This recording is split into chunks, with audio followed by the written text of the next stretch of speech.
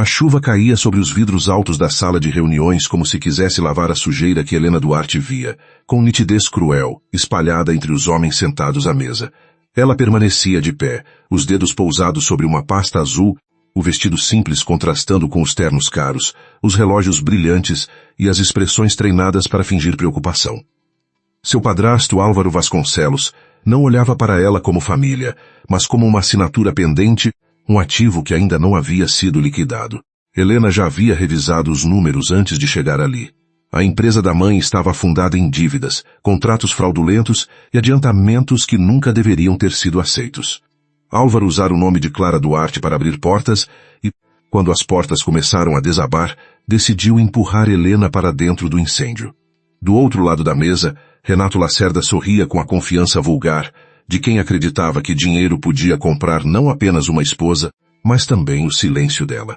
O acordo era simples apenas na aparência. Helena se casaria com Renato, filho de um investidor disposto a salvar a empresa, e em troca a família Duarte manteria a casa, as contas e o sobrenome ainda limpo nos jornais. Ninguém mencionava amor, respeito ou escolha, como se essas palavras fossem enfeites inúteis num contrato de resgate financeiro. Clara permanecia sentada ao lado de Álvaro, pálida, as mãos apertadas sobre a bolsa, incapaz de enfrentar a filha ou o homem que aprendera a temer. Álvaro pigarreou, empurrando os papéis na direção dela. Disse que todos estavam cansados de sua teimosia, que uma mulher inteligente sabia transformar sacrifícios em vantagens, que Renato era generoso por aceitar uma noiva sem dote real. Helena ouviu tudo sem alterar a expressão. Por dentro, porém, sentiu uma lâmina fria atravessar a última esperança de ser defendida pela mãe. Não era a primeira vez que a família a vendia em nome da sobrevivência, mas era a primeira em que faziam isso sem vergonha. Renato levantou-se devagar, aproximando-se dela com um sorriso que não alcançava os olhos. Disse que ela poderia continuar trabalhando, desde que lembrasse quem mandaria em casa, e que admirava mulheres difíceis porque a vitória ficava mais interessante. Helena ergueu o rosto. A calma dela incomodava mais do que qualquer grito. Quando respondeu, sua voz foi baixa, firme, quase delicada, dizendo que não assinaria aquele acordo, nem naquele dia, nem em qualquer outro, em que ainda pudesse respirar por vontade própria. O silêncio que se seguiu foi pesado, chamando-a de ingrata, acusando-a de querer destruir a mãe por orgulho. Clara soltou um suspiro frágil, mas não disse o nome da filha. Renato estreitou os olhos, e Helena percebeu naquele instante, ela pegou a pasta e a ameaça apenas a tornava mais suja. Ela pegou a pasta azul, deu meia volta, e saiu antes que alguém confundisse sua educação com submissão. O corredor cheirava a café velho e desespero. No elevador, Helena pressionou o botão do térreo e respirou como se estivesse calculando uma rota de fuga. Ela era consultora de auditoria jurídica, treinada para encontrar mentiras escondidas em planilhas, cláusulas e silêncio. Sabia que Álvaro não desistiria. Ele tentaria bloquear sua conta, ameaçar sua mãe, talvez envolver credores para encurralá-la publicamente. Helena não tinha fortuna, nem sobrenome forte, nem aliados influentes. Tinha apenas disciplina, inteligência e uma recusa antiga a ser tratada como moeda de troca. Ao chegar à rua, o telefone vibrou. A mensagem vinha de um número desconhecido, curto o bastante para parecer uma armadilha. Pedia que ela fosse à mansão Monteiro naquela noite, caso desejasse uma saída legal e imediata para o casamento imposto por Álvaro. Helena encarou a tela sob a marquise molhada, sentindo a chuva respingar em seus sapatos. O nome Monteiro era impossível de ignorar. O grupo empresarial dominava hospitais, tecnologia médica e logística, mas seu herdeiro principal estava havia 6 meses preso entre a vida e o silêncio. Rafael Monteiro fora um dos CEOs mais jovens e respeitados do país, conhecido por decisões frias, precisão estratégica e uma intolerância quase feroz contra desvios internos. Depois do acidente na Estrada da Serra, fotos do carro destruído correram pela imprensa, seguidas por boletins médicos vagos e rumores de disputa pelo controle do grupo. Helena lembrava de ter lido relatórios públicos da empresa, admirando a rigidez com que Rafael havia cortado fornecedores suspeitos. Agora ele era chamado, com piedade e crueldade, de príncipe adormecido dos negócios. Ela quase apagou a mensagem. Quase. Mas a palavra legal ficou presa em sua mente como uma porta estreita entre paredes esmagadoras. Se alguém da família Monteiro a procurava, não era por compaixão. Grandes famílias não ofereciam saídas sem cobrar entrada. Mesmo assim, Helena sabia reconhecer oportunidades imperfeitas. Guardou o telefone, chamou um carro e enquanto a cidade escurecia atrás do vidro molhado, decidiu que preferia negociar com desconhecidos poderosos a se render a homens que já conheciam suas feridas. A mansão Monteiro ficava numa avenida arborizada, atrás de muros altos e portões de ferro que pareciam feitos para separar riqueza de humanidade. Um segurança a conduziu por um jardim encharcado, onde lâmpadas baixas iluminavam folhas brilhantes e esculturas discretas. Dentro da casa, o mármore refletia passos silenciosos, e o ar cheirava a madeira polida, flores brancas e remédios caros. Helena não se deixou impressionar.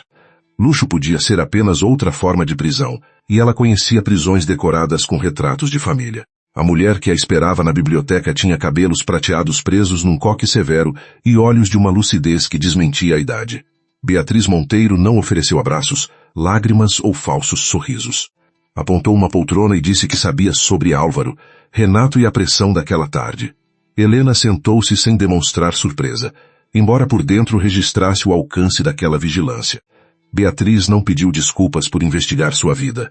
Disse apenas que quando uma casa está cercada de lobos, é preciso saber distinguir quem ainda não aprendeu a uivar. A proposta veio sem rodeios. Rafael precisava de uma esposa legal antes da próxima assembleia familiar, pois César Monteiro, irmão mais novo do pai falecido de Rafael, preparava um pedido para declará-lo incapaz em caráter definitivo e assumir todas as decisões pessoais e empresariais.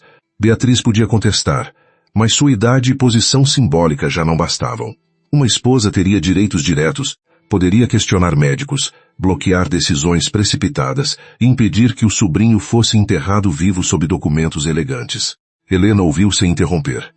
Casar-se com um homem em estado vegetativo parecia absurdo, talvez cruel, talvez a última coisa que uma mulher livre deveria aceitar. Ainda assim, a proposta tinha contornos claros. Seria um casamento civil, com contrato de proteção patrimonial, sem obrigação íntima, sem exposição além do necessário. Em troca, Beatriz garantiria a independência financeira de Clara por meios legais e ofereceria a Helena proteção contra as manobras de Álvaro. Helena perguntou por que ela, entre tantas candidatas possíveis. Beatriz sorriu apenas com os olhos. A resposta foi simples e dura. Porque Helena não pertencia ao círculo Monteiro, não devia favores a César e possuía competência suficiente para perceber inconsistências onde outros veriam apenas luto. Beatriz também admitiu que lera relatórios assinados por Helena em investigações corporativas anteriores. A jovem não aceitava atalhos sujos, não se deixava intimidar por sobrenomes, e tinha uma reputação desta demais para seduzir caçadores de escândalos. Helena percebeu então que não fora escolhida por fragilidade, mas por ser exatamente o oposto do que esperavam de uma noiva conveniente. Antes de responder, Helena pediu para ver Rafael. Beatriz hesitou por uma fração mínima, depois chamou a governanta. Elas subiram uma escada larga, atravessaram um corredor onde retratos antigos pareciam acompanhar cada movimento e chegaram a uma ala mais silenciosa. O quarto de Rafael não lembrava um hospital, mas havia aparelhos discretos ao redor da cama. Uma tela com sinais vitais, frascos organizados, cortinas pesadas e uma poltrona ao lado. No centro de tudo, Rafael Monteiro jazia imóvel, belo de uma forma quase dolorosa, como uma estátua abandonada pelo próprio destino. Helena aproximou-se devagar. O rosto dele era mais magro do que nas fotos de imprensa, os cílios escuros repousavam sobre a pele pálida, e as mãos, antes famosas por assinarem decisões bilionárias, estavam quietas sobre o lençol. Não havia paz naquela imobilidade. Havia violência contida, uma interrupção brutal. Helena sentiu uma inesperada raiva de todos que falavam dele, como se já estivesse ausente. Ao observar os aparelhos, notou detalhes técnicos, horários de medicação, nomes de profissionais, e guardou cada fragmento na memória. Beatriz ficou junto à porta, sem invadir aquele primeiro silêncio. Helena olhou para Rafael e não sentiu amor, nem fantasia, nem a ilusão ridícula de ser salva por um príncipe adormecido. Sentiu, antes, uma afinidade amarga com alguém que também parecia ter sido transformado em objeto por pessoas interessadas em decidir seu futuro. Ela voltou-se para Beatriz e disse que aceitaria, mas com condições. Teria acesso aos documentos médicos, direito de contratar uma revisão independente e autonomia para recusar qualquer ato que prejudicasse Rafael. A velha senhora não pareceu ofendida. Pelo contrário, seus ombros relaxaram como se finalmente escutasse uma resposta digna. Disse que providenciaria tudo pela manhã antes que César pudesse reagir. Helena acrescentou que não queria dinheiro em seu nome além do necessário para a proteção jurídica, e que qualquer ajuda à mãe deveria ser registrada como compra legítima de uma dívida, não como favor escondido. Beatriz assentiu. Pela primeira vez naquela noite, Helena viu nela algo parecido com respeito, uma chama pequena mas resistente atrás da máscara aristocrática. O casamento ocorreu 2 dias depois, numa cerimônia civil discreta dentro da própria mansão. Rafael foi representado conforme a autorização judicial emergencial sustentada por documentos prévios, que indicavam sua confiança na avó para decisões pessoais em caso de incapacidade temporária. César chegou sem ser convidado, acompanhado de 2 advogados e um perfume agressivo. Era alto, elegante, com cabelos escuros penteados para trás e um sorriso que parecia afiado nas bordas. Ao ver Helena, mediu-a da cabeça aos pés, como quem avalia uma peça defeituosa comprada por engano. Ele parabenizou Beatriz com ironia, dizendo que a avó sempre tivera talento para melodramas, e que agora encontrara uma esposa de vitrine para um homem que nem podia abrir os olhos. Helena permaneceu ao lado da mesa, a caneta ainda na mão, enquanto os presentes fingiam não ouvir. César perguntou se ela sabia o preço de se meter em assuntos de sangue. Helena respondeu que sabia o preço de muitos assuntos, principalmente quando alguém tentava supertaturá-los. O olhar dele endureceu, e naquele instante a guerra foi declarada sem testemunhas honestas. À noite, depois que os papéis foram guardados e os convidados desapareceram entre cochichos, Helena voltou ao quarto de Rafael como esposa perante a lei e estranha perante a vida. A mansão estava quieta, mas não tranquila. Ela sabia que os empregados comentavam sua origem, que os parentes a chamavam de oportunista, que César provavelmente já investigava maneiras de anulá-la. Ainda assim, ao fechar a porta do quarto, sentiu um alívio inesperado. Pela primeira vez em anos, Álvaro não podia entrar onde quisesse, nem arrastá-la pelo braço para a vontade dele. Rafael continuava imóvel. Helena puxou a poltrona para perto da cama e soltou o cabelo preso, cansada demais para manter a postura impecável. Disse a ele num tom baixo, que não esperava que a escutasse, mas que talvez fosse mais justo falar mesmo assim. Confessou que se casara para fugir de outro casamento, que não era santa nem heroína, e que estava apavorada. Também prometeu, com a mão pousada sobre a beira do lençol, que não permitiria que usassem o corpo dele como carimbo de ambição. Enquanto falava, a chuva voltou a tocar a janela. Helena contou sobre a mãe, sobre a vergonha de desejar protegê-la e odiá-la ao mesmo tempo, sobre a sensação de ter passado a vida inteira sendo útil, nunca escolhida. Riu sem alegria ao dizer que agora era esposa de um homem que não podia rejeitá-la nem aceitá-la. Depois ficou em silêncio, observando o perfil de Rafael sob a luz fraca. Havia naquela cena uma intimidade estranha, feita não de romance, mas de 2 solidões colocadas no mesmo quarto por estratégias alheias. Ela não viu o leve movimento sob os lençóis. Não viu o esforço quase invisível de uma consciência presa tentando alcançar a superfície. Dentro da escuridão onde Rafael flutuava havia meses, vozes tinham sido ruídos distantes, sombras sem forma, ecos que se desfaziam antes de ganhar sentido. Mas a voz de Helena atravessou aquela névoa de modo diferente. Era firme mesmo quando tremia, honesta mesmo ao confessar interesse próprio, e carregava uma indignação que despertou nele algo mais poderoso que medo. Rafael ouviu o próprio nome nos lábios dela e lutou contra o peso imenso do corpo. Não conseguiu abrir os olhos. Não conseguiu mover a mão. Contudo, cada palavra dela ficava presa nele como uma corda lançada a um poço profundo. César, assembleia, casamento, proteção, fuga. O mundo começava a formar contornos, e com eles vinha uma memória partida de faróis na estrada, freios que não responderam, uma ligação interrompida, o rosto do tio sorrindo na reunião anterior ao acidente. A consciência voltou com dor e suspeita. Helena se levantou para apagar a luminária, mas parou antes de sair.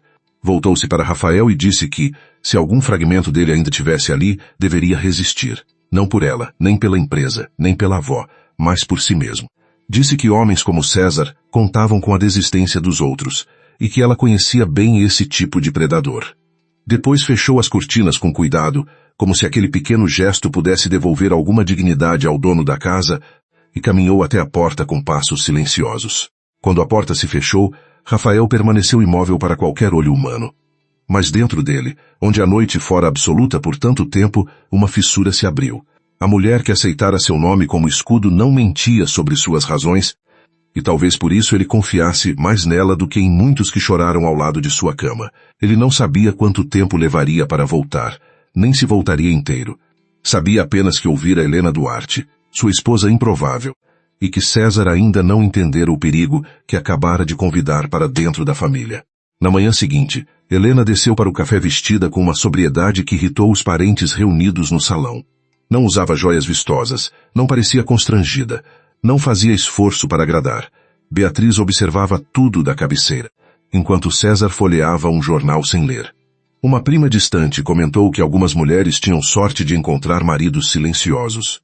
Helena serviu café antes de responder que silêncio não era ausência e que muita gente falava demais justamente por não ter nada legítimo a dizer. A xícara de César parou no ar por um segundo. Pouco depois, um advogado da família tentou entregar a Helena um documento limitando seus direitos de esposa a decisões domésticas, excluindo-a de assuntos médicos e empresariais. Ela leu cada linha sem pressa, pediu uma caneta, riscou 3 cláusulas abusivas e escreveu observações técnicas na margem com a precisão de quem desmontava uma fraude diante do fraudador. O advogado perdeu a cor. César sorriu, mas seus olhos revelaram impaciência. Helena devolveu o papel e disse que, se queriam brincar de formalidade, deveriam ao menos aprender a respeitar a lei. Aquela pequena vitória custou caro. Ao longo do dia, portas se fecharam quando ela se aproximou, conversas morreram no meio, empregados antigos evitaram encará-la. Helena não se ofendeu. Casas poderosas sempre tinham corredores onde o medo trabalhava como funcionário invisível. Ela visitou Rafael no horário da medicação e conferiu os nomes dos remédios com atenção. Um frasco havia sido trocado de lugar desde a noite anterior. Nada provava crime, mas o instinto dela despertou. Tirou uma foto discreta com o telefone e memorizou o lote. À tarde, recebeu uma ligação de Álvaro. Ele gritava do outro lado, acusando-a de envergonhar a família ao casar-se com um homem incapaz. Disse que Renato estava furioso, que os credores estavam inquietos, que Clara não suportaria a pressão. Helena ouviu até o fim, parada diante da janela do corredor. Quando respondeu, sua voz não tremeu. Disse que a mãe não seria salva por sua servidão e que Álvaro deveria se preocupar com as próprias assinaturas em contratos falsos. Do outro lado, o silêncio dele foi mais revelador que qualquer confissão. No quarto, Rafael ouviu passos, vozes distantes e depois, novamente a presença de Helena. Ela não sabia que ele a reconhecia pelo ritmo da respiração antes mesmo de falar. Sentou-se ao lado da cama e comentou, como se conversasse com um aliado consciente, que a família dele tinha péssimos hábitos documentais e uma arrogância quase criminosa. Disse também que alguém mexera nos medicamentos. Rafael tentou mover um dedo, uma ordem desesperada atravessando nervos adormecidos, mas o corpo permaneceu uma fronteira fechada. Helena inclinou-se para ajustar o lençol. Por um instante, sua mão tocou a dele. Rafael concentrou tudo que ainda era vontade naquele contato, mas apenas um tremor mínimo percorreu seu dedo indicador. Helena congelou. Olhou para a mão dele, depois para o rosto imóvel. O monitor seguia regular. Poderia ter sido reflexo, cansaço, imaginação de uma mulher exausta. Ainda assim, o coração dela acelerou. Com muita calma, ela pousou novamente os dedos sobre os dele. E sussurrou que, se ele estivesse ali, não precisava provar nada naquele momento. Rafael ouviu. Helena esperou, mas nenhum novo movimento veio. Em vez de chamar a casa inteira, ela respirou fundo e tomou a decisão mais importante desde que assinara o casamento. Não entregaria aquele sinal a César, nem a médicos que talvez já estivessem comprados, nem a parentes famintos por herança. Guardaria a possibilidade como se guarda uma vela acesa no meio de um temporal. Naquela noite, antes de sair, disse a Rafael que havia entendido. Se ele estava lutando para voltar, ela lutaria para que encontrasse um mundo ainda possível quando abrisse os olhos. Do lado de fora, César observava o corredor escuro a partir do patamar da escada. Vira Helena sair do quarto com uma expressão diferente, menos cansada, mais alerta. Aquilo o desagradou profundamente. Ele esperava uma moça acuada, satisfeita com vestidos e contas pagas, fácil de assustar com ameaças sociais. Em vez disso, encontraram uma mulher que lia contratos como lâminas e respondia insultos como quem arquivava provas. Pela primeira vez desde o acidente de Rafael, César sentiu que a vitória talvez exigisse mais brutalidade do que planejara. Helena fechou a porta de seu quarto e encostou-se nela, permitindo que o medo aparecesse apenas quando ninguém podia vê-lo. Tinha fugido de um casamento imposto para entrar em outro cercado de mentiras, máquinas e inimigos. Mesmo assim, algo mudara. Rafael Monteiro talvez não fosse apenas um corpo imóvel sob lençóis caros. Talvez houvesse uma mente ouvindo, avaliando, sobrevivendo. Helena levou a mão ao peito, onde a ansiedade batia como chuva contra vidro, e compreendeu que sua liberdade agora estava ligada à vida de um homem que acabara de chamá-la, sem voz, para a guerra. Na manhã em que Helena decidiu tratar a mansão Monteiro como um campo de investigação, o céu amanheceu claro demais para combinar com o que ela carregava por dentro. A casa parecia mais calma sob a luz do dia, mas aquela calma tinha a mesma qualidade de um tapete caro sobre madeira apodrecida. Ela desceu antes dos demais, encontrou a cozinha em movimento e cumprimentou cada funcionário pelo nome que aprendera na véspera. Alguns responderam com surpresa, outros com cautela. Em lugares dominados pelo medo, gentileza também podia ser interpretada como ameaça. A governanta, Dona Irene, observava Helena com olhos experientes. Era uma mulher de postura reta, cabelos grisalhos presos com simplicidade e mãos que pareciam conhecer todos os segredos práticos da casa. Quando Helena perguntou sobre os horários de medicação de Rafael, Irene hesitou apenas um instante antes de dizer que tudo ficava registrado no livro da enfermagem. Essa pequena pausa bastou. Helena agradeceu, pediu que o livro fosse levado ao quarto dele e notou que uma empregada mais jovem, Júlia, derrubou uma colher ao ouvir o pedido. Helena não pressionou ninguém. Aprendera que perguntas diretas muitas vezes produziam mentiras diretas, enquanto o silêncio permitia que as pessoas revelassem o medo pela forma como respiravam. Tomou café sozinha no salão lateral, revisou mentalmente os nomes que já conhecia e separou os possíveis aliados dos prováveis informantes. Beatriz era poderosa, mas cercada. Irene parecia leal à memória de Rafael, porém cansada. Júlia tinha medo de algo recente. César, por sua vez, não precisava esconder o desprezo. Homens como ele confundiam arrogância com camuflagem. Quando entrou no quarto de Rafael, encontrou o enfermeiro Paulo ajustando o suporte de soro. Ele era educado, jovem, talvez competente, mas falava rápido demais ao explicar detalhes simples. Helena pediu o livro de registros. Paulo disse que os documentos médicos eram técnicos e poderiam confundi-la. Ela sorriu sem doçura, respondeu que confusão era uma palavra útil para quem desejava esconder ordem dentro do caos. E abriu o livro antes que ele encontrasse outra desculpa. O nome de um sedativo aparecia em dosagem alterada durante 3 noites da semana anterior. A alteração era pequena o bastante para ser defendida como adaptação clínica, mas repetido o bastante para formar padrão. Helena fotografou as páginas sem disfarçar. Paulo empalideceu e afirmou que todas as mudanças tinham autorização médica. Ela perguntou qual médico assinara. Ele apontou uma rubrica ilegível. Helena não discutiu.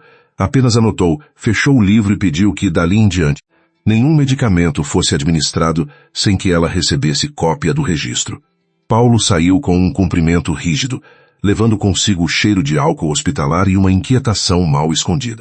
Rafael ouviu tudo de dentro de sua prisão silenciosa. As vozes chegavam agora com mais nitidez, embora seu corpo continuasse distante, como se pertencesse a outro homem. Ele reconheceu a cadência de Helena, aquela calma que não era suavidade, mas controle. Quis avisá-la sobre César, sobre a reunião na véspera do acidente, sobre o freio que afundara sem resposta sob seu pé. Quis dizer que o sedativo talvez não fosse tratamento, mas contenção. O esforço resultou apenas numa dor fina atravessando sua cabeça imóvel. Helena aproximou-se da cama quando ficaram sozinhos. Não tocou nele imediatamente. Ficou observando os sinais vitais, o desenho do rosto, a quase imperceptível tensão no canto da boca. Disse que talvez estivesse enlouquecendo, mas preferia enlouquecer por excesso de cautela a permanecer sensata enquanto alguém o enterrava aos poucos. Rafael percebeu que ela falava com ele como se falasse a uma testemunha incapaz de depor. Aquilo o atingiu de maneira estranha. Não era piedade, era reconhecimento. Ela não o via como objeto de disputa, mas como pessoa sob ataque.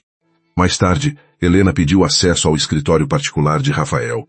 César tentou impedir, alegando que a sala guardava informações estratégicas do grupo e que uma esposa recente, sem vínculo real com os negócios, não tinha autorização. Beatriz, sentada ao lado da janela, ergueu a bengala apenas o suficiente para lembrá-lo de que a casa ainda tinha uma dona. Helena aproveitou o silêncio e apresentou uma procuração de acompanhamento médico e patrimonial assinada pela avó, limitada, porém válida. César leu o documento com o maxilar endurecido e devolveu como quem jogava uma luva no chão. O escritório de Rafael ficava no 2º andar, atrás de uma porta de madeira escura. Nada ali era ostentoso. Havia livros de gestão, direito societário, medicina aplicada à tecnologia, mapas de operações, uma mesa ampla sem papéis inúteis e uma parede inteira de telas desligadas. Helena caminhou lentamente, tocando apenas o necessário. O ambiente revelava um homem disciplinado, não um herdeiro mimado. Cada gaveta tinha lógica, cada pasta seguia ordem quase militar. Ela compreendeu por que César precisava dele silencioso. Rafael vivo e consciente seria uma auditoria ambulante. No computador principal protegido por senha, Helena não tentou invadir nada. Preferiu começar pelo que a casa ignorava por excesso de confiança. Arquivos impressos, agendas físicas, recibos de manutenção e correspondências antigas. Encontrou notas sobre revisão de veículos feitas poucos dias antes do acidente, uma reclamação interna sobre contratos de ambulâncias privadas e o nome de uma empresa fornecedora que ela conhecia de outro caso. Vértice Logística Médica. Em seu trabalho anterior, esse nome aparecera ligado a notas fiscais duplicadas e serviços prestados apenas no papel. Helena guardou a informação com cuidado. Não bastava suspeitar. Precisava construir uma ponte entre fatos, pessoas e motivos. Ao sair do escritório, encontrou César no corredor, como se ele tivesse materializado a própria sombra. Ele perguntou se ela se divertia brincando de executiva. Helena respondeu que não brincava em ambientes onde havia dinheiro público, pacientes vulneráveis e um conhecido por circunstâncias convenientes demais. César aproximou-se um passo, baixando a voz. Disse que ela não sabia a diferença entre coragem e estupidez. Helena sustentou o olhar e respondeu que sabia. Sim, pois acabara de ver a segunda usando o terno italiano. A notícia daquela troca correu pela mansão antes do almoço. Alguns empregados evitaram cruzar com Helena. Outros passaram a observá-la com uma curiosidade nova. Beatriz a chamou à biblioteca e não fingiu aprovação irrestrita. Disse que coragem era útil, mas sobreviver naquela família exigia escolher o momento certo para ferir. Helena aceitou a advertência. Beatriz então revelou que, antes do acidente, Rafael investigava contratos internos ligados a hospitais regionais e havia marcado uma reunião reservada com auditores independentes. A reunião nunca aconteceu. Naquela noite ele saiu sozinho e não voltou consciente. Helena perguntou quem sabia da reunião. Beatriz fechou os olhos por um momento. César sabia, pois fazia parte do comitê de expansão. 2 diretores sabiam. O secretário pessoal de Rafael sabia. E talvez alguém da equipe de segurança. Helena percebeu que a lista era curta demais para ser confortável e longa demais para apontar um único culpado. Beatriz entregou-lhe uma chave pequena, dizendo que abria um armário antigo no escritório do neto. Rafael guardava ali documentos que não queria digitalizar. A confiança daquela entrega pesou mais que qualquer contrato de casamento. No fim da tarde, Helena voltou ao quarto de Rafael levando a chave dentro do bolso.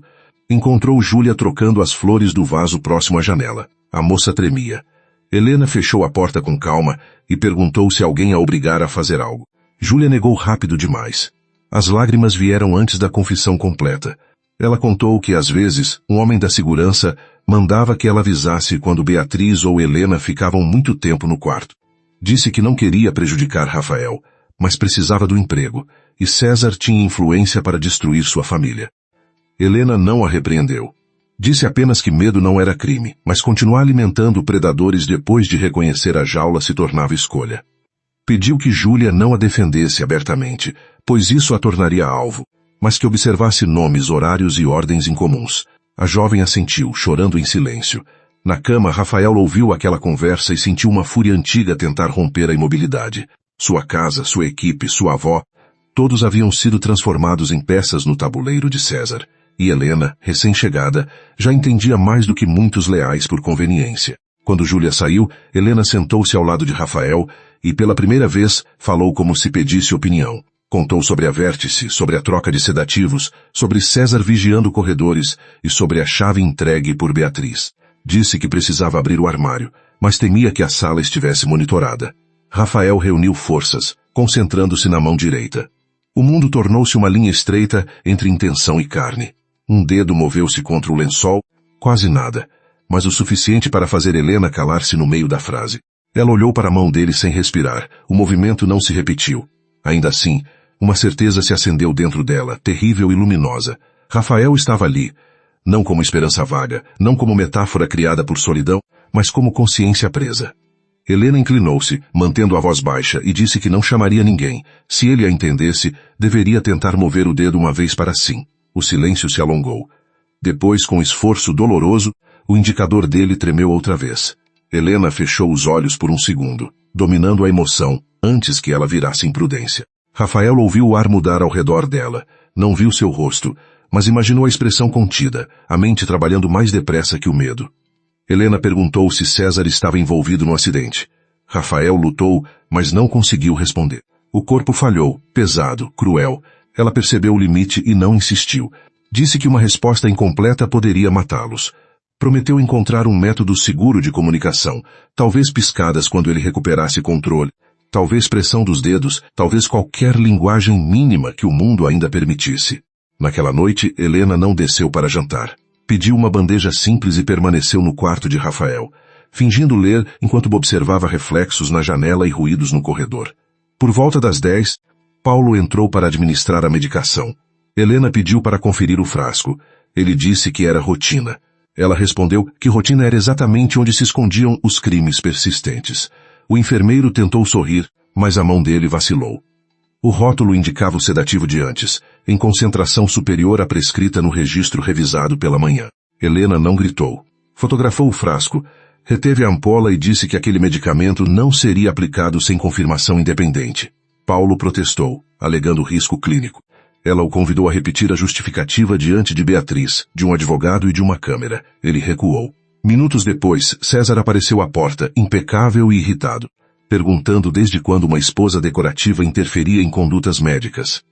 Helena segurava a ampola entre os dedos como uma prova, e respondeu que decorações não costumavam ler bulas, mas algumas tinham o inconveniente hábito de sobreviver. César entrou no quarto sem pedir licença. O ar pareceu diminuir. Ele afirmou que Rafael precisava de estabilidade e que Helena estava projetando fantasias de perseguição para valorizar sua presença na família. Disse ainda que a opinião pública destruiria uma oportunista que casou com um homem inconsciente e agora fingia heroísmo. Helena sentiu o golpe mirar sua maior vulnerabilidade, mas não desviou. Respondeu que a opinião pública seria igualmente curiosa sobre alterações sedativas sem assinatura clara, especialmente se ligadas a uma disputa bilionária de sucessão. Beatriz chegou apoiada na bengala, acompanhada por Irene e pelo advogado da família. A velha senhora ouviu Helena, olhou para Ampola, depois para César. Não acusou o sobrinho diretamente. Apenas determinou que, a partir daquela noite, a equipe médica seria substituída por profissionais externos, todos indicados por uma junta independente. César riu, mas havia veneno no som. Disse que Beatriz estava deixando uma estranha manipular sua dor. A avó de Rafael respondeu que estranho era um homem pressentir perda de poder diante de uma simples revisão médica. Depois que todos saíram, Helena permaneceu imóvel no centro do quarto, sentindo o peso da primeira batalha vencida e da guerra que acabara de se tornar pública. Rafael, exausto pelo esforço mínimo de mais cedo, queria alcançá-la. Queria dizer que ela não estava sozinha. Queria, sobretudo, impedir que César transformasse aquela mulher em alvo. Pela primeira vez desde o acidente, o medo que sentiu não foi por si mesmo, mas por alguém que escolhera protegê-lo, sem saber que ele já a escutava, como se sua voz fosse uma estrada de volta. Os novos médicos chegaram no dia seguinte. A neurologista, doutora Camila Seixas, tinha uma postura objetiva e olhos que não se desviavam diante de sobrenomes. Avaliou Rafael por quase 2 horas, comparou exames, questionou dosagens e pediu uma bateria completa de testes. Helena acompanhou tudo sem interferir, respondendo apenas quando solicitada. Ao final, Camila declarou que havia sinais neurológicos incompatíveis com um diagnóstico definitivo de ausência de consciência. Não prometeu milagres, mas afirmou que Rafael precisava de estímulo correto, redução controlada de sedativos e proteção contra interferências externas. A frase mudou o ar da mansão. Para Beatriz, foi uma fresta de luz. Para César, uma ameaça concreta. Para Helena, uma confirmação que trazia tanto alívio quanto perigo. Naquela tarde, enquanto a equipe reorganizava o quarto, ela recebeu um envelope sem remetente. Dentro havia uma cópia de contrato entre o Grupo Monteiro e a Vértice, assinada digitalmente por Rafael 3 dias antes do acidente. A assinatura era quase perfeita. Quase. Helena conhecia padrões de fraude documental. Viu uma divergência mínima no certificado, um detalhe técnico que poderia ser desmontado com perícia. Ela levou o documento ao escritório de Rafael, abriu o armário antigo com a chave de Beatriz e encontrou pastas numeradas com etiquetas discretas. Dentro havia relatórios preliminares sobre desvio de recursos em contratos hospitalares e o nome de César aparecia ligado a reuniões não registradas com fornecedores.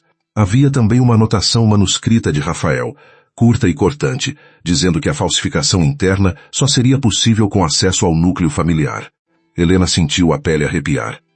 O acidente não fora um rompante de ganância improvisada. Fora a resposta a uma investigação que chegara perto demais. Enquanto ela fotografava os documentos, a porta se abriu. Não era César.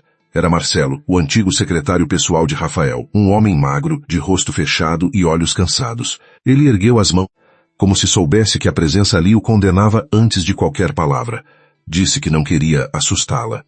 Helena guardou o telefone no bolso e perguntou por que deveria acreditar nisso. Marcelo respondeu que fora ele quem enviara o primeiro envelope e que Rafael tinha razão ao desconfiar da Vértice. Antes do acidente, o CEO descobrira que alguém preparava sua queda legal e médica. Helena não se aproximou, pediu provas. Marcelo explicou que tinha cópias parciais, mas estava sendo chantageado porque assinara documentos administrativos sem ler, confiando em ordens vindas do comitê de César. Não se pintou como inocente. Disse que fora covarde e que a covardia se tornara uma dívida impagável quando Rafael quase morreu. Helena ouviu com atenção dura. Pessoas culpadas podiam ser úteis, mas nunca deveriam ser confundidas com aliadas. Ela disse que aceitaria informações, não desculpas, e que qualquer tentativa de manipulá-la seria entregue à polícia. Marcelo assentiu. Antes de sair, revelou que César preparava uma acusação contra Helena. Um contrato confidencial desapareceria do arquivo digital, e o acesso seria rastreado até o computador que ela usara no escritório. A intenção era apresentá-la como oportunista infiltrada, anular sua influência sobre Rafael e convencer Beatriz de que fora enganada. Helena agradeceu sem sorrir. Quando ficou sozinha, compreendeu que precisava deixar a armadilha existir para expor quem a montava. Era arriscado, mas recuar apenas permitiria que César escolhesse o próximo golpe. Na noite seguinte, a acusação veio como previsto. César reuniu Beatriz, advogados e 2 diretores na biblioteca, exibindo relatórios de acesso ao sistema. O documento desaparecido continha cláusulas sensíveis sobre aquisição hospitalar, e o login de Helena aparecia no histórico. César falou com teatral indignação, afirmando que havia alertado a família sobre o perigo de entregar poder a uma desconhecida desesperada. Helena deixou que ele terminasse. Depois colocou sobre a mesa suas próprias cópias, registros de horário, imagens do corredor e a informação de que aquele computador não tinha câmera, mas o corredor tinha.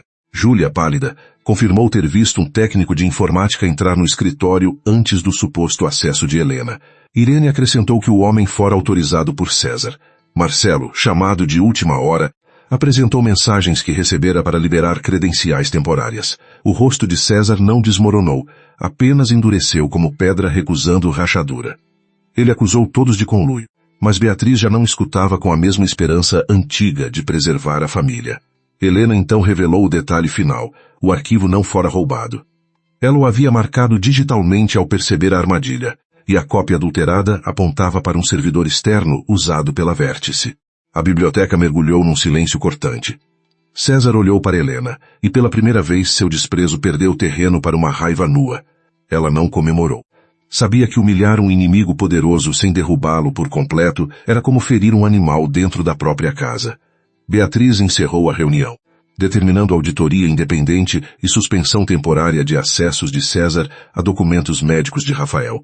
A medida era insuficiente para destruí-lo, mas suficiente para expô-lo. Helena sentiu a vitória parcial arder nas mãos como metal recém-retirado do fogo. Mais tarde voltou ao quarto de Rafael. Estava exausta. Sentou-se ao lado dele e riu baixinho, sem alegria, dizendo que seu tio era previsível demais para alguém tão convencido da própria genialidade. Depois o riso morreu. Ela admitiu que estava com medo, não de ser difamada, mas de falhar antes que ele pudesse falar por si. Disse que não sabia por que se importava tanto. Talvez porque conhecesse a sensação de assistir outros decidirem sua vida, enquanto chamavam isso de cuidado. Talvez porque ele, mesmo imóvel, parecia menos ausente que muita gente em pé. Rafael ouviu cada palavra. O tratamento novo deixara sua mente mais clara, embora o corpo ainda obedecesse como uma máquina quebrada. Ele sentiu a mão de Helena próxima à sua, não exigindo resposta, apenas oferecendo presença. Usou toda a força que possuía. Seus dedos fecharam-se de leve em torno dos dela. Helena parou de respirar. A pressão era fraca, quase impossível, mas real. Seus olhos encheram-se de lágrimas que ela não deixou cair. Inclinou-se e sussurrou que ele estava voltando, e que agora nenhum deles Podia fingir que aquela guerra não tinha dois lados vivos. Rafael tentou abrir os olhos. A luz queimou através das pálpebras como fogo distante. Por um segundo breve, uma linha estreita se rompeu. Ele viu borrões, sombras, o contorno de Helena inclinada sobre ele. Não conseguiu sustentar. Mas antes de afundar novamente no cansaço, ouviu a própria respiração mudar e sentiu a mão dela apertar a sua com firmeza. Helena não chamou ninguém. Não ainda. Apenas baixou a testa perto da mão dele e disse, em voz quase inaudível, que guardaria aquele segredo até que ele estivesse forte o bastante para decidir como voltar. Do lado de fora do quarto, César recebeu a notícia da auditoria como quem recebe uma sentença adiada. No escritório que tomara para si, quebrou um copo contra a parede e ordenou que seus contatos apressassem a assembleia. Helena precisava ser removida antes que Rafael se tornasse ameaça concreta. Ele ainda acreditava que podia controlar a narrativa, comprar testemunhas, torcer relatórios e usar a fome social por escândalos contra aquela mulher sem sobrenome suficiente. O erro dele era antigo e fatal. Continuava pensando em Helena como alguém que fugia, quando ela já havia começado a caçá-lo. No quarto silencioso, Helena permaneceu ao lado de Rafael até a madrugada. Não havia romance fácil naquele gesto, nem promessa açucarada, nem ilusão de destino. Havia uma aliança nascida de necessidade, fortalecida por verdade selada por uma mão que finalmente respondera. Ela pensou no casamento que assinara para escapar de Renato, no homem imóvel que ouvira suas confissões e no inimigo que agora não recuaria. A vida não lhe dera um abrigo, dera-lhe uma batalha. E pela primeira vez, Helena não a enfrentaria apenas para sobreviver, mas para devolver a alguém o direito de acordar. A recuperação de Rafael não aconteceu como nos romances que Helena jamais teve paciência para ler.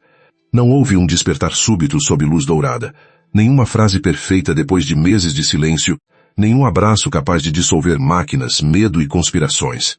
Houve, em vez disso, pequenos avanços conquistados como território inimigo. Um dedo que obedecia por segundos.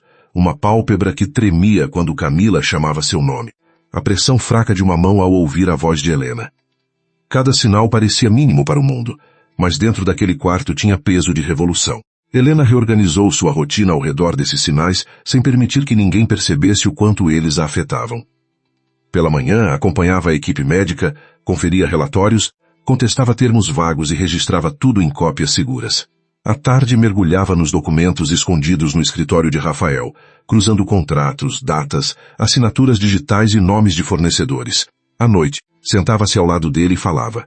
Não fazia discursos dramáticos. Contava descobertas, irritações, cálculos, suspeitas. Rafael a escutava com uma atenção feroz, preso ao corpo, mas cada vez menos preso à inconsciência. Camila percebeu a importância daquela voz antes mesmo que Helena a admitisse. Durante uma sessão de estímulos, pediu que a jovem lesse uma lista de palavras simples. Ao som de César, os batimentos de Rafael se alteraram. Ao som de Beatriz, estabilizaram. Ao som de Helena, a mão direita se contraiu com esforço visível. A médica não sorriu, mas seus olhos ganharam brilho. Explicou que respostas emocionais poderiam servir de ponte para comandos motores, desde que o ambiente fosse seguro e a redução medicamentosa continuasse. Helena sentiu, fingindo objetividade, enquanto por dentro algo tremia. César não demorou a sentir a mudança no ar. A auditoria independente, embora ainda limitada, havia encontrado inconsistências suficientes para atrasar a Assembleia. Beatriz retomara parte da autoridade com uma frieza que lembrava ao mundo de quem Rafael herdara a disciplina. Funcionários antes calados começavam a entregar detalhes pequenos, horários estranhos, ordens verbais, visitas não registradas. Nada ainda bastava para levar César à prisão ou arrancá-lo do grupo, mas o cerco invisível apertava. Ele detestava cercos porque sempre preferira construir jaulas para os outros. Numa tarde abafada, Helena encontrou sobre a cama de seu quarto uma fotografia antiga. Ela parecia saindo de um hotel de negócios 3 anos antes, ao lado de um diretor investigado por fraude. A imagem, retirada de contexto, vinha acompanhada de uma frase digitada em papel branco, dizendo que mulheres com passado deveriam ser cautelosas ao mexer no presente dos homens poderosos. Helena segurou a foto por alguns segundos, sentindo raiva, não vergonha. Aquele caso fora uma investigação sigilosa que terminara com a demissão do diretor. César havia encontrado um fragmento e tentava transformá-lo em lama. Ela levou a foto para Rafael naquela noite. Mostrou-a, como se ele pudesse enxergar com clareza, e explicou a história inteira, sem esconder o desconforto. Disse que aprendera cedo que reputação feminina era vidro colocado nas mãos de homens que adoravam jogar pedras. Rafael ouviu e sentiu uma cólera difícil de suportar. Queria dizer que sabia exatamente como reputações podiam ser fabricadas e destruídas.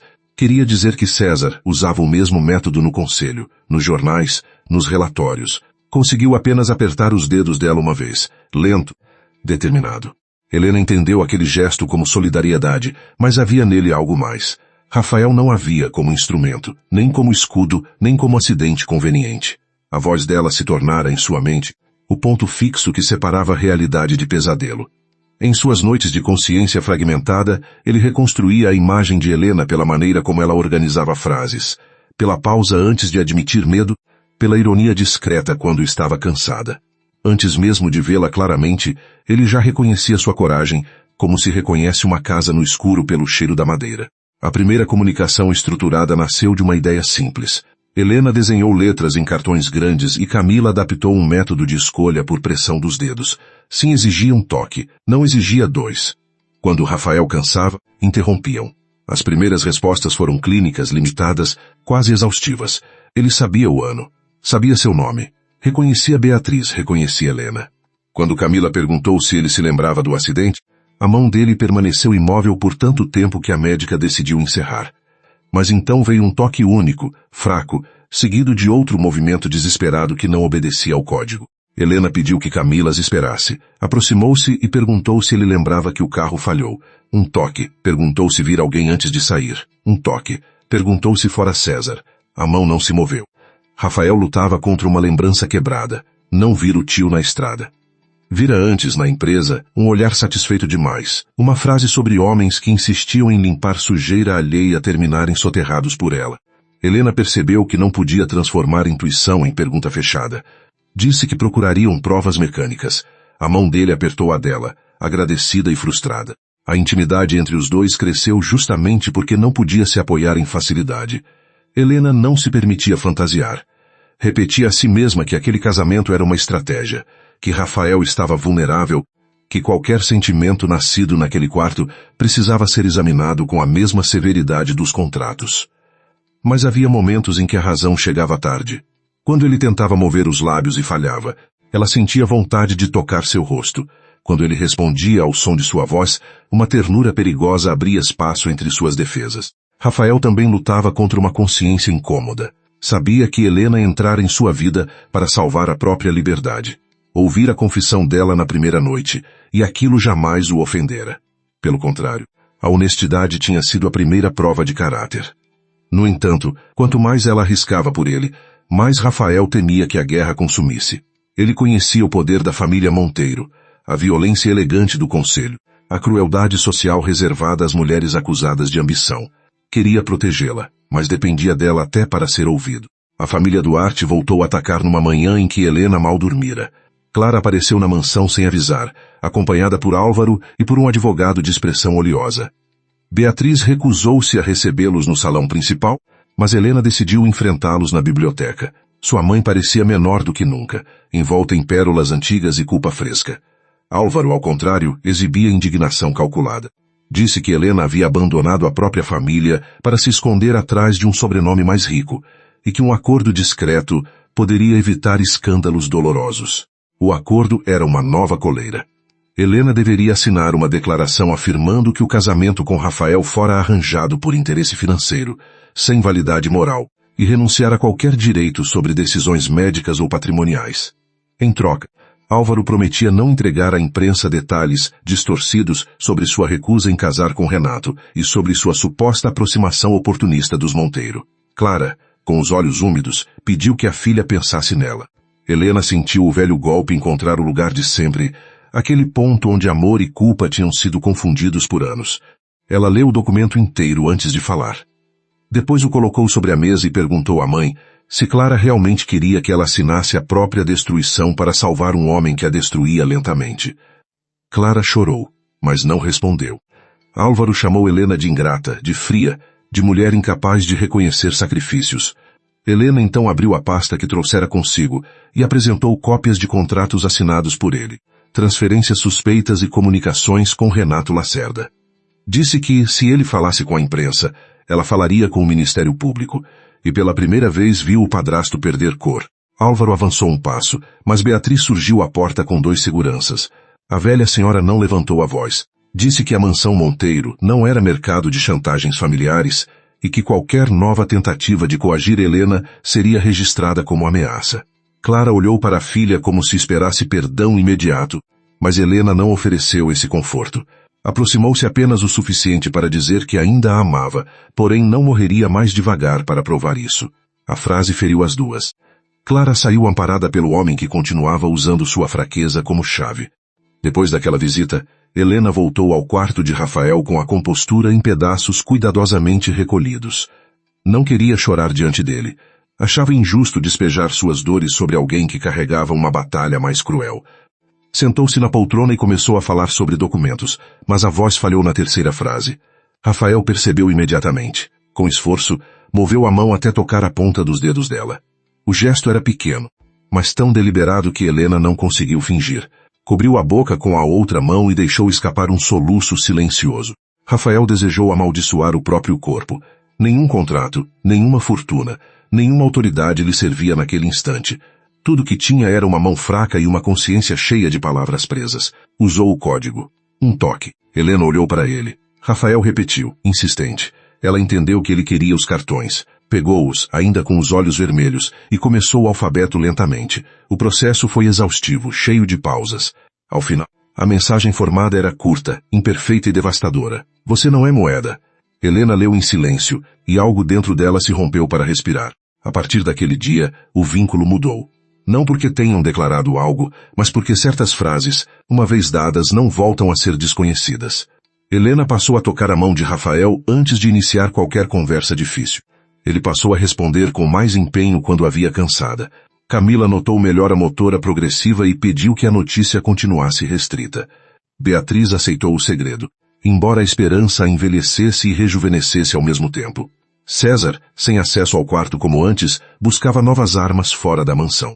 A arma seguinte veio pela imprensa. Um portal de negócios publicou uma matéria insinuando que Helena Duarte, esposa recente de Rafael Monteiro, estivera envolvida em investigações duvidosas e teria sido escolhida por Beatriz para manipular o controle do grupo. A foto do hotel reapareceu, acompanhada de frases vagas, fontes anônimas e perguntas maldosas. O texto não afirmava crimes, apenas espalhava a suspeita que era muitas vezes mais eficiente. No conselho, aliados de César exigiram reunião emergencial. Nas redes, desconhecidos a chamaram de aproveitadora, antes mesmo do segundo café da manhã. Helena leu tudo com uma calma que preocupou Irene. Não negou a dor, mas recusou o pânico. Preparou uma resposta técnica com documentos públicos, provando sua atuação legítima no caso antigo. Anexou registros de sua contratação anterior e enviou apenas ao advogado, sem alimentar o espetáculo. Beatriz queria processar imediatamente. Helena concordou, mas advertiu que César esperava uma reação emocional para pintá-la como desequilibrada. O melhor contra uma mentira faminta era oferecer provas em dose controlada, até que o mentiroso precisasse inventar mais e se denunciasse pelo excesso. Rafael ouviu a matéria lida por Camila e sentiu uma raiva fria ganhar forma.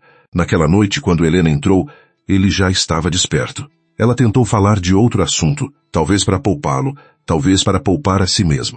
Rafael recusou com 2 toques firmes. Pediu os cartões. A mensagem demorou quase 40 minutos, interrompida por exaustão e respirações pesadas. Quando terminou, Helena leu a frase com a garganta apertada. Não vou me divorciar de você. Ela ficou imóvel, como se aquelas palavras tivessem aberto uma porta que ambos fingiam não ver. Helena tentou responder com racionalidade. Disse que ele não precisava falar disso agora, que o casamento fora uma solução jurídica, que quando estivesse plenamente consciente poderia escolher outra vida sem se sentir obrigado por gratidão. Rafael ouviu tudo, paciente apenas porque o corpo não lhe permitia interromper. Depois exigiu os cartões outra vez. Letra por letra, com uma teimosia que parecia antiga nele, formou nova frase. Não é gratidão, é decisão. Helena desviou o olhar, temendo que ele percebesse demais mesmo sem poder encará-la por completo. Naquele instante, Rafael conseguiu abrir os olhos por mais tempo. A visão ainda era turva, mas o rosto de Helena emergiu da luz fraca. Ela estava sem maquiagem, cansada, os cabelos presos de qualquer jeito, os olhos brilhando de emoções que sua voz tentava disciplinar. Para ele parecia mais real do que qualquer imagem lembrada nos meses de escuridão. Helena percebeu o olhar e congelou. Não havia como esconder-se de um homem que voltava ao mundo justamente por meio dela. Rafael moveu os lábios. Nenhum som saiu, mas ela entendeu a tentativa de seu nome. Helena aproximou-se. Por instinto, não por estratégia, ajeitou uma mecha de cabelo que caíra sobre a testa dele. O toque foi leve, quase profissional, mas ambos sentiram a fronteira mudar. Rafael fechou os olhos por cansaço, não por recusa. Helena retirou a mão devagar, como se tivesse tocado uma promessa perigosa. Disse que não sabia o que fazer com aquilo. Ele apertou seus dedos uma vez. Ela riu baixinho, com tristeza e ternura misturadas, dizendo que sim. Já imaginava que ele responderia alguma coisa insuportavelmente segura. Enquanto isso, César reunia aliados em um apartamento de cobertura no centro. Estavam presentes 2 diretores do grupo, um consultor jurídico externo e Álvaro Vasconcelos, cuja ambição aceitara rapidamente mudar de mesa. Para César, Álvaro era útil porque conhecia as fragilidades emocionais de Helena e não tinha escrúpulos em vendê-las. O plano era simples. Na Assembleia, apresentariam a instabilidade pública causada por Helena como risco ao grupo, questionariam a validade do casamento e solicitariam tutela médica ampliada com base em suposta manipulação de Beatriz. Se necessário, Clara seria usada diante das câmeras. Álvaro perguntou o que ganharia. César não escondeu o desprezo, mas ofereceu cobertura financeira para suas dívidas e contratos futuros com empresas ligadas à Vértice. Homens pequenos, pensou ele, eram fáceis de comprar porque chamavam preço de destino.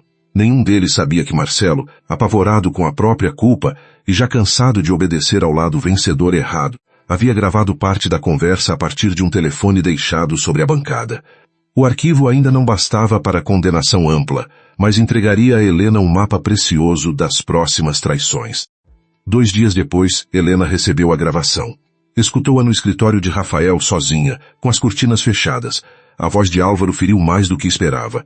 Não por surpresa, mas pela naturalidade com que ele vendia Clara, vendia Helena, vendia qualquer resquício de decência por uma saída financeira. César, por sua vez, falava dela como se fosse uma peça a ser removida sem considerar custo humano. Helena salvou cópias em 3 lugares. Enviou uma versão criptografada ao advogado e outra a Beatriz. Depois ficou parada diante da mesa de Rafael, respirando lentamente. Quando contou a Rafael, ele ouviu em silêncio intenso. Ao final, pediu os cartões. A frase veio mais rápida do que antes, talvez porque a indignação desse força ao corpo. Eles erram porque subestimam você. Helena sorriu sem alegria. Disse que subestimar uma mulher cansada era tradição entre homens arrogantes, mas que ela pretendia transformar a tradição em prova documental. Rafael tentou sorrir. O movimento foi quase invisível, apenas uma alteração no canto da boca. Mas Helena viu.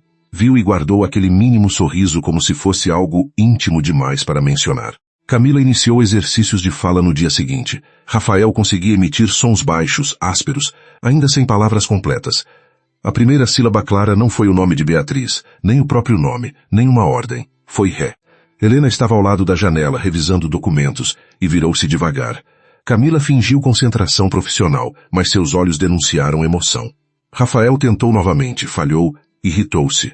Helena aproximou-se, colocou uma mão sobre a dele e disse que não precisava forçar.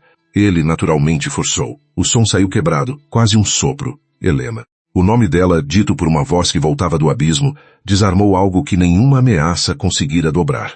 Helena fechou os olhos por um instante. Não para chorar, mas para não esquecer a força daquele momento. Rafael parecia exausto e furioso com a própria fraqueza. Ela inclinou-se e disse que o ouviu. Não como esposa de contrato, não como auditora, não como guardiã improvisada, mas como mulher que, contra toda a prudência, já esperava aquela voz antes de dormir. Ele sustentou o olhar turvo nela, e a decisão que escrever em cartões tornou-se mais real que qualquer assinatura civil. A paz durou pouco. Na manhã da Assembleia Preliminar, Helena encontrou a mansão cercada por jornalistas. Alguém vazara sua presença, a doença de Rafael, a disputa familiar e a visita de Clara. Microfones avançaram quando ela entrou no carro com Beatriz. Perguntaram se ela explorava um homem inconsciente, se recebera dinheiro, se aceitava divorciar-se para preservar o grupo. Helena não respondeu. Beatriz apertou a bengala com força. Dentro da casa, Rafael assistia pela televisão, autorizado por Camila a acompanhar apenas alguns minutos. Ao ver Helena cercada, uma fúria lúcida atravessou seu corpo. Ele tentou sentar-se. Camila o conteve, assustada com o esforço. Rafael emitiu um som rouco, depois outro. Queria o telefone. Queria impedir. Queria aparecer. A médica disse que ainda era cedo, que uma exposição poderia comprometer sua recuperação. Rafael fechou os olhos, respirando com dificuldade, mas sua vontade parecia mais forte que a musculatura. Camila chamou Helena, porém a ligação caiu na confusão externa. Foi Beatriz quem retornou mais tarde, trazendo a notícia de que a assembleia fora adiada apenas por 48 horas, sob pressão pública e jurídica. Helena entrou no quarto ao anoitecer. Estava pálida, mas ereta. Rafael percebeu marcas de tensão em seu rosto, a elegância cansada de quem passara horas sendo julgada por pessoas que não conheciam sua história. Ele tentou falar. A voz saiu baixa, áspera, ainda incompleta, mas inteligível. Não vá embora. Helena parou no meio do quarto. A frase era simples demais para comportar tudo o que carregava. Ela respondeu que não iria. Pelo menos não enquanto ele precisasse dela. Rafael moveu a cabeça de leve, negando. Com esforço disse outra frase, partida e firme. Eu preciso, mas eu escolho. Helena aproximou-se até a beira da cama. O coração dela batia como se a casa inteira pudesse ouvi-lo. Disse que escolhas feitas no meio da dor podiam mudar quando a dor passasse. Rafael, teimoso até na fragilidade, sustentou o olhar. Falou com pausas longas, cada palavra arrancada de um corpo que ainda reaprendia obediência. Não vou me divorciar. Não vou deixar que usem você. E não vou fingir que não ouvi seu coração quando ninguém mais ouviu. Helena ficou sem resposta, porque algumas defesas eram inúteis diante de alguém que as atravessava sem violência. Ela poderia ter recuado. Poderia lembrar o contrato, as circunstâncias, a prudência. Em vez disso, sentou-se ao lado dele e segurou sua mão com as duas dela. Disse que se ele insistisse em permanecer casado, teria de aceitar que ela não seria enfeite, mártir ou protegida obediente. Rafael fechou os olhos por um segundo, e quando os abriu havia neles um brilho cansado, quase divertido. Com a voz falhando, respondeu que já tinha percebido. Helena riu, e aquele riso breve transformou o quarto em algo menos parecido com enfermaria e mais próximo de uma promessa. Do lado de fora as forças contra ele se reorganizavam. César preparava documentos, Álvaro afiava mentiras, diretores calculavam riscos, jornalistas farejavam escândalo. Mas dentro do quarto, pela primeira vez, Rafael não era apenas paciente e Helena não era apenas escudo. Eram duas inteligências cercadas, duas vontades feridas, duas solidões que haviam encontrado uma linguagem entre máquinas e silêncios. A guerra ainda exigiria sangue frio, provas e perdas. Contudo, César cometera seu erro mais grave ao supor que Rafael acordaria sozinho. Ele voltava acompanhado da única mulher que não precisava possuí-lo para protegê-lo. A assembleia definitiva foi marcada para uma sexta-feira chuvosa, como se a cidade insistisse em repetir o clima do dia em que Helena fora oferecida a Renato e aprendera, mais uma vez, que certas prisões nasciam em salas elegantes. Durante as 48 horas anteriores, a mansão Monteiro deixou de parecer casa e passou a funcionar como quartel silencioso. Advogados entravam e saíam com pastas seladas, Camila controlava cada esforço de Rafael. Beatriz recebia ligações com a voz de ferro, e Helena trabalhava entre documentos como quem costurava uma rede antes da queda. Rafael queria aparecer antes. A decisão estava em seus olhos muito antes de conseguir transformá-la em palavras. Ele já falava frases curtas, com pausas, dor e uma rouquidão que o irritava mais do que admitia. Camila, porém, repetia que o corpo dele ainda era campo recém-saído de guerra. Uma exposição pública precipitada poderia causar colapso físico, e César saberia explorar qualquer sinal de fragilidade. Helena concordava com a médica, embora cada fibra sua entendesse a impaciência dele. Homens como Rafael não tinham sido feitos para assistir outros assinarem seu desaparecimento. Na noite anterior à assembleia, Helena abriu diante dele um mapa de provas. Havia relatórios de medicação, registros de acesso ao escritório, contratos da Vértice, a gravação parcial de Marcelo, prints de mensagens, cópias de transferências e a divergência técnica na assinatura digital, usada para vinculá-lo a acordos suspeitos. Rafael acompanhava tudo com atenção febril. Às vezes fechava os olhos, não por desinteresse, mas para reconstruir memórias. Quando ela mencionou a revisão do carro, ele moveu a mão com força inesperada. Disse uma palavra baixa, quase quebrada. Oficina. Helena se inclinou. Rafael respirou com dificuldade, lutando para ordenar lembranças que vinham em pedaços. Antes do acidente, mandara o carro para uma oficina credenciada do grupo, contra seu costume, porque o veículo reserva apresentara falha. A ordem partira de alguém da segurança corporativa, supostamente por emergência logística. Ele lembrava do nome de um mecânico, Dimas, e de uma mensagem apagada do celular.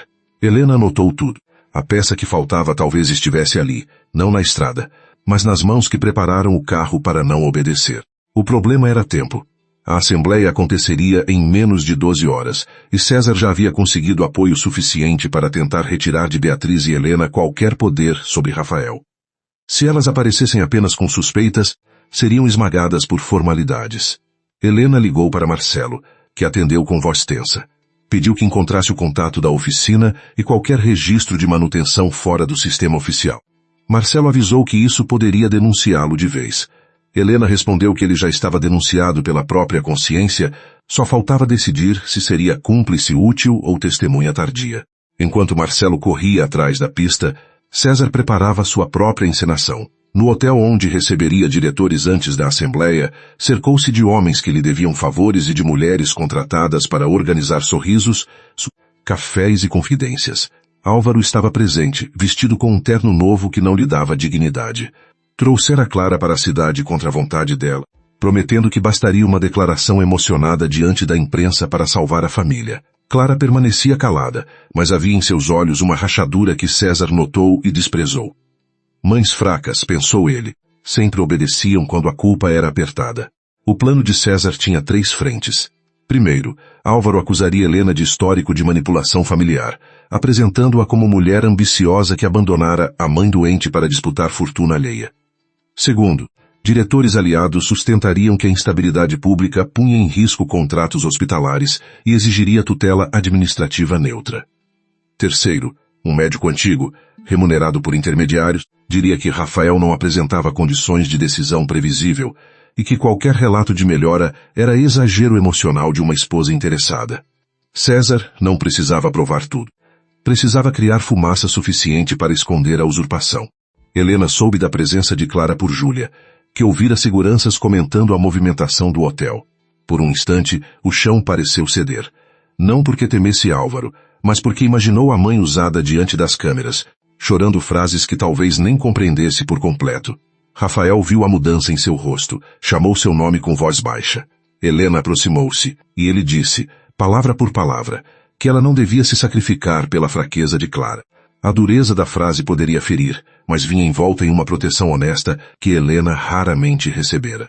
Ela respondeu que não se sacrificaria, mas também não permitiria que a mãe fosse destruída como ferramenta descartável. Rafael a observou com uma ternura contida. Essa era a diferença entre Helena e os homens que a haviam subestimado. Ela podia ser estratégica sem se tornar cruel. Podia enxergar a covardia de Clara e ainda assim reconhecer a mulher aprisionada por anos de medo. Ele quis tocá-la no rosto, mas a força não bastou. Helena percebeu a intenção e segurou sua mão. Disse que primeiro venceriam, depois discutiriam sua mania de tentar protegê-la estando ainda preso à cama. A madrugada trouxe a primeira peça concreta. Marcelo enviou um arquivo com registros de entrada da oficina credenciada. O carro de Rafael fora recebido por Dimas às 22 horas, 3 dias antes do acidente, mas o sistema mostrava saída no mesmo dia. Câmeras internas, porém, registravam o veículo permanecendo ali até a manhã seguinte. Havia uma lacuna de 6 horas sem relatório. Mais importante, uma ordem interna de liberação fora assinada por um gerente ligado diretamente ao comitê de César. Não era confissão, mas era trilha. Helena dormiu apenas 40 minutos, sentada na poltrona do quarto de Rafael. Ao acordar, encontrou a mão dele pousada sobre a sua, como se ele tivesse usado toda a força disponível para não deixá-la cair sozinha no cansaço. A imagem a atingiu com uma suavidade perigosa. Por meses ela vivera convencida de que afeto era algo que vinha com fatura escondida. Rafael, no entanto, não pedia submissão. Mesmo fragilizado, oferecia presença. Helena fechou os dedos em torno dos dele e decidiu que não permitiria a César transformar aquela presença em memória interrompida. A assembleia ocorreu na sede do Grupo Monteiro, um edifício de vidro escuro no centro financeiro. A chuva distorcia as fachadas ao redor e jornalistas se amontoavam sob toldos, famintos pela imagem da esposa controversa e da avó aristocrática em disputa pelo império.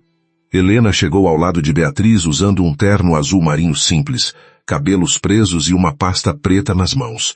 Não havia joias chamativas, não havia teatralidade. Justamente por isso, as câmeras pareciam frustradas. Esperavam uma oportunista brilhante ou uma vítima chorosa. Receberam uma mulher em silêncio profissional. Na sala do conselho, César já ocupava uma cadeira lateral com expressão de pesar controlado. Atrás dele, diretores cochichavam. Álvaro estava próximo à parede, segurando Clara pelo cotovelo como se fosse apoio, mas Helena reconheceu o gesto de posse. Sua mãe a viu e desviou o olhar. Esse desvio doeu mais do que a presença do padrasto. Beatriz sentou-se com dignidade antiga. Helena permaneceu ao seu lado. Quando o presidente interino abriu a reunião, César pediu a palavra e iniciou seu discurso sobre responsabilidade, estabilidade e a tristeza de ver Rafael transformado em instrumento. Ele falou bem. Helena precisava admitir. César era hábil em cobrir veneno com seda. Disse que Beatriz, movida por amor desesperado, trouxera uma estranha para dentro da família e dera a ela poder indevido. Disse que Helena tinha conflitos de interesse, histórico controverso e motivação financeira. Disse que ninguém desejava desrespeitar Rafael, mas que preservar o legado dele exigia impedir decisões tomadas por pessoas emocionalmente comprometidas. Alguns diretores assentiram, outros evitaram olhar para Beatriz. A covardia corporativa raramente batia na mesa. Preferia concordar com leve inclinação de cabeça. Álvaro foi chamado. Caminhou até a mesa com a segurança de quem ensaiara diante do espelho. Descreveu Helena como filha difícil, ambiciosa, rancorosa. Afirmou que ela se aproximara dos Monteiro ao perceber a chance de ascensão social e que a própria mãe estava devastada por sua frieza. Clara, pressionada pelos olhares, levantou-se com as mãos trêmulas. Helena sentiu o peito apertar, mas manteve o rosto imóvel. Álvaro esperava lágrimas, interrupção, escândalo. Esperava que a velha ferida falasse antes da mulher treinada. Helena não lhe deu esse presente. Clara começou a repetir a frase preparada. Disse que Helena havia mudado, que não reconhecia a filha, que talvez o casamento tivesse sido um erro. A voz falhou. Álvaro apertou seu braço. A pequena violência, quase invisível, foi captada por Helena e por uma câmera interna da sala. Clara olhou para a filha. Naquele segundo, algo nela pareceu finalmente cansar-se de sobreviver encolhendo. Ela baixou o papel e disse que não sabia de tudo, mas sabia que Helena nunca fora gananciosa. Disse que tinha medo de Álvaro, e que medo não era verdade. O impacto foi imediato. Álvaro sussurrou o nome dela com ódio, mas 2 seguranças deram um passo. César perdeu a paciência por um instante mínimo, suficiente para trair a máscara. Tentou retomar acusando Clara de instabilidade emocional. Helena então se levantou. Sua voz saiu baixa, limpa, sem triunfo.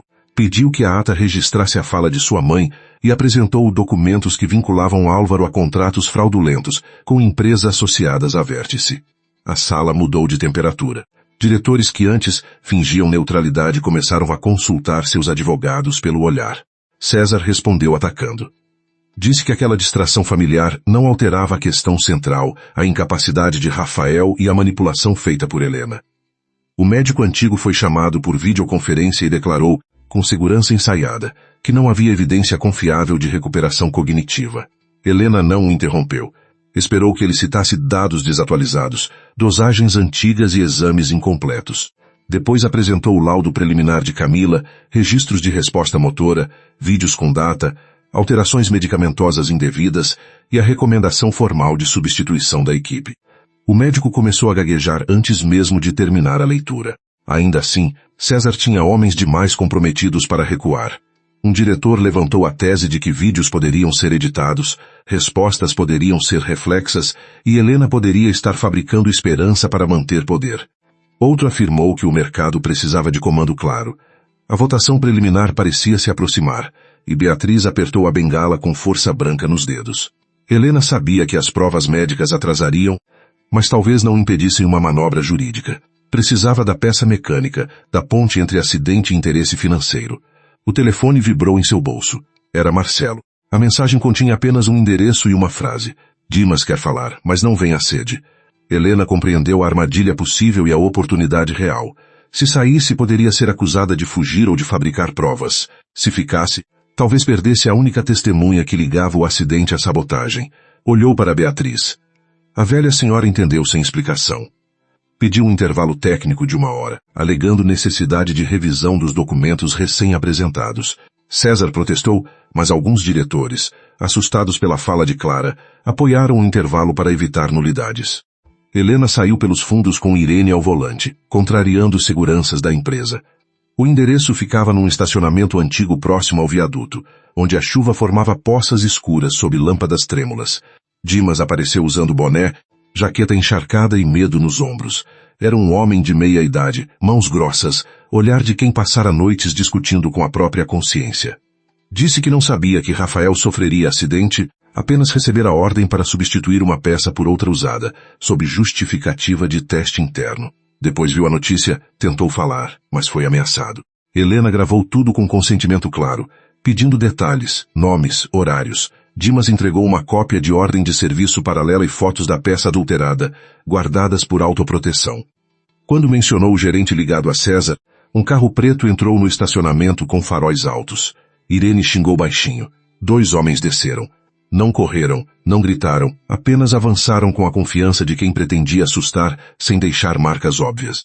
Helena guardou o celular dentro do casaco e puxou Dimas para trás de uma pilastra. A adrenalina tornou o mundo estreito e preciso. A perseguição foi curta, mas suficiente para revelar que César abandonara a sutileza. Irene, que parecia apenas governanta severa, dirigiu como alguém que aprendera em décadas de emergência doméstica e lealdade feroz. O carro escapou por uma saída lateral, raspando a lataria contra uma mureta. Helena manteve Dimas abaixado no banco traseiro, enquanto ligava para o advogado e enviava os arquivos para 3 destinatários. Um dos homens o seguiu por algumas quadras, até desistir diante de uma viatura acionada por Beatriz. Quando retornaram à sede, Helena tinha o rosto molhado. Não se sabia se de chuva ou medo. Na sala do conselho, César estava em pé, discursando novamente quando a porta se abriu. Helena entrou acompanhada de Dimas, Irene e 2 advogados.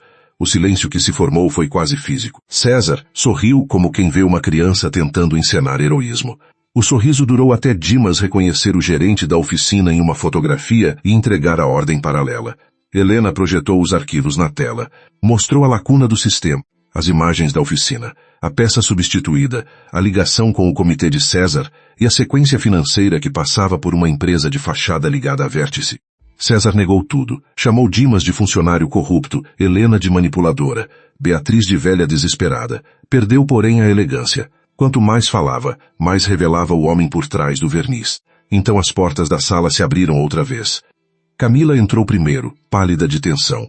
Atrás dela, em uma cadeira de rodas acompanhado por um fisioterapeuta e um segurança de confiança, estava Rafael Monteiro. O impacto foi devastador. Alguns diretores levantaram. Clara levou a mão à boca.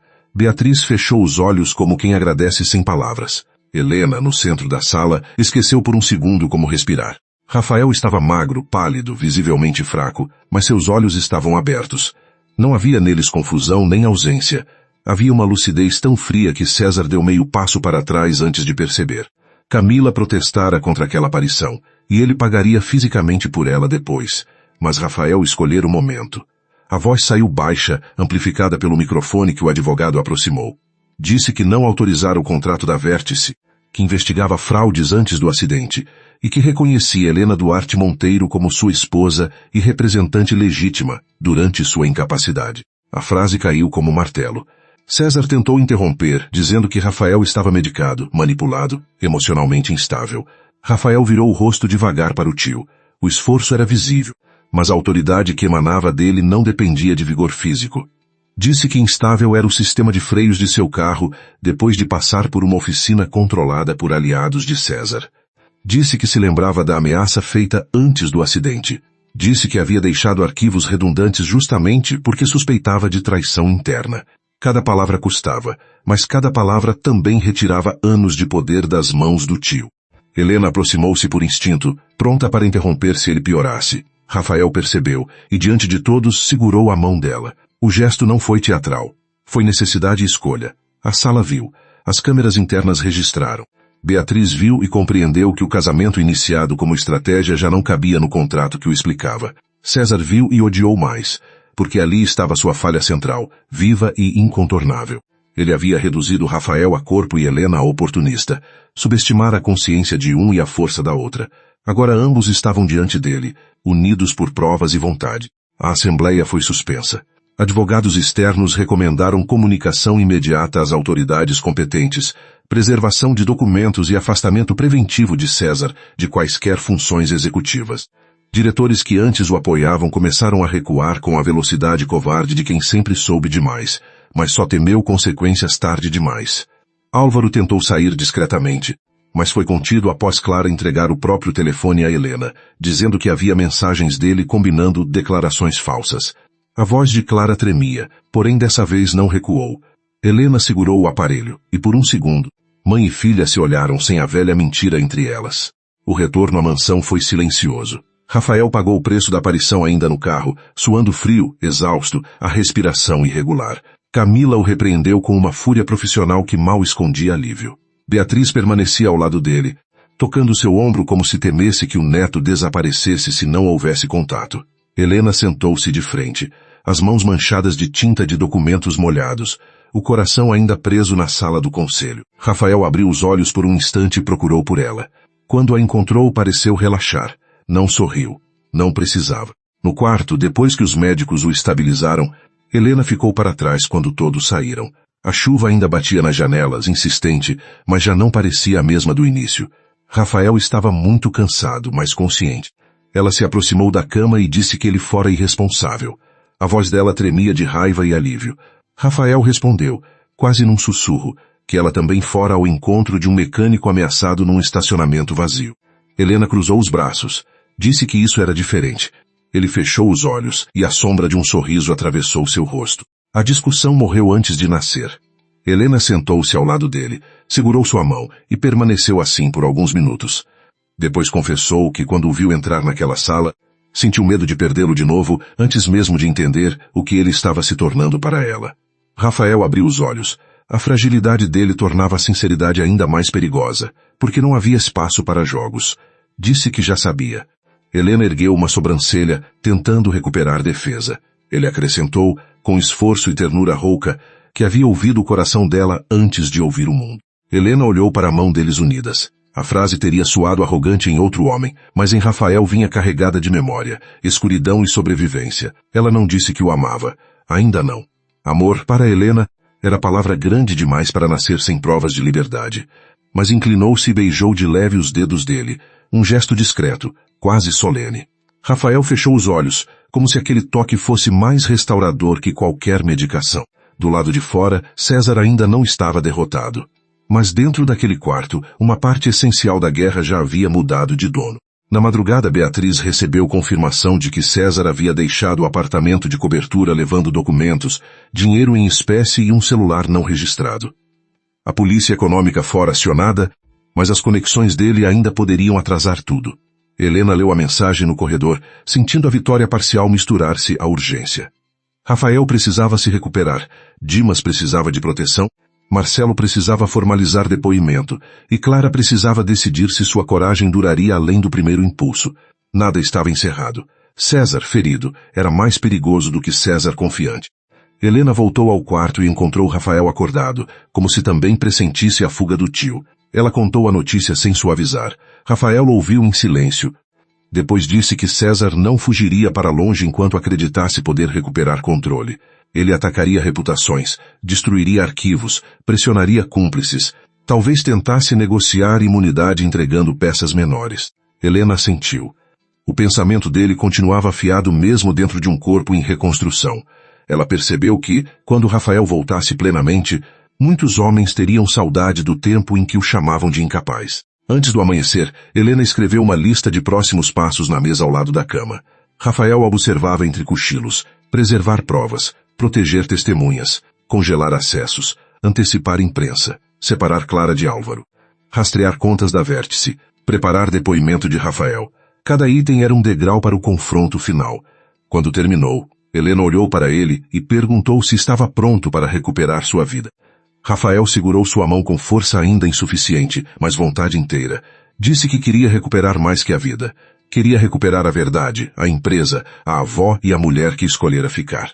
Helena desviou o olhar para a janela, onde a chuva começava a enfraquecer. Pensou na jovem que entrara naquela mansão para escapar de um casamento imposto, e na mulher que agora planejava derrubar uma rede de corrupção ao lado do marido que deveria ter permanecido em silêncio. Nada daquilo era seguro. Nada era simples. Mas a liberdade, ela começava a entender, não era a ausência de vínculos. Era poder escolher por quem lutar. Quando o primeiro tom cinza da manhã tocou o vidro, Helena apertou a mão de Rafael e aceitou, sem dizer em voz alta, que sua escolha já estava feita. O amanhecer depois da fuga de César não trouxe alívio, apenas uma claridade áspera sobre tudo que ainda precisava ser enfrentado. A Mansão Monteiro despertou cercada por carros discretos, advogados, seguranças particulares e jornalistas plantados além dos portões como aves de tempestade. Rafael permanecia no quarto, exausto pela aparição na Assembleia, mas sua mente trabalhava com a precisão antiga. Helena, sentada à mesa lateral, revisava documentos enquanto Beatriz recebia ligações no corredor. A vitória pública do dia anterior não bastava. César ainda tinha contatos, dinheiro, cúmplices e o hábito de transformar demora jurídica em arma. A primeira decisão foi proteger as testemunhas. Dimas foi levado para um local seguro com acompanhamento jurídico. Marcelo formalizou depoimento diante de 2 advogados independentes. E Júlia recebeu licença remunerada para afastar-se da mansão até que César perdesse acesso aos funcionários. Helena sabia que redes corruptas raramente dependiam de uma única pessoa. Elas sobreviviam por pequenos medos distribuídos em muitas mãos. Por isso, cuidou para que cada depoimento tivesse cópias, cada arquivo fosse preservado e cada vulnerabilidade humana fosse tratada antes que se tornasse ponto de pressão. Rafael pediu para participar da reunião estratégica por chamada interna, apesar da reprovação de Camila. Sua voz ainda falhava, mas a autoridade não. Ele orientou o bloqueio de acessos corporativos ligados ao comitê de César.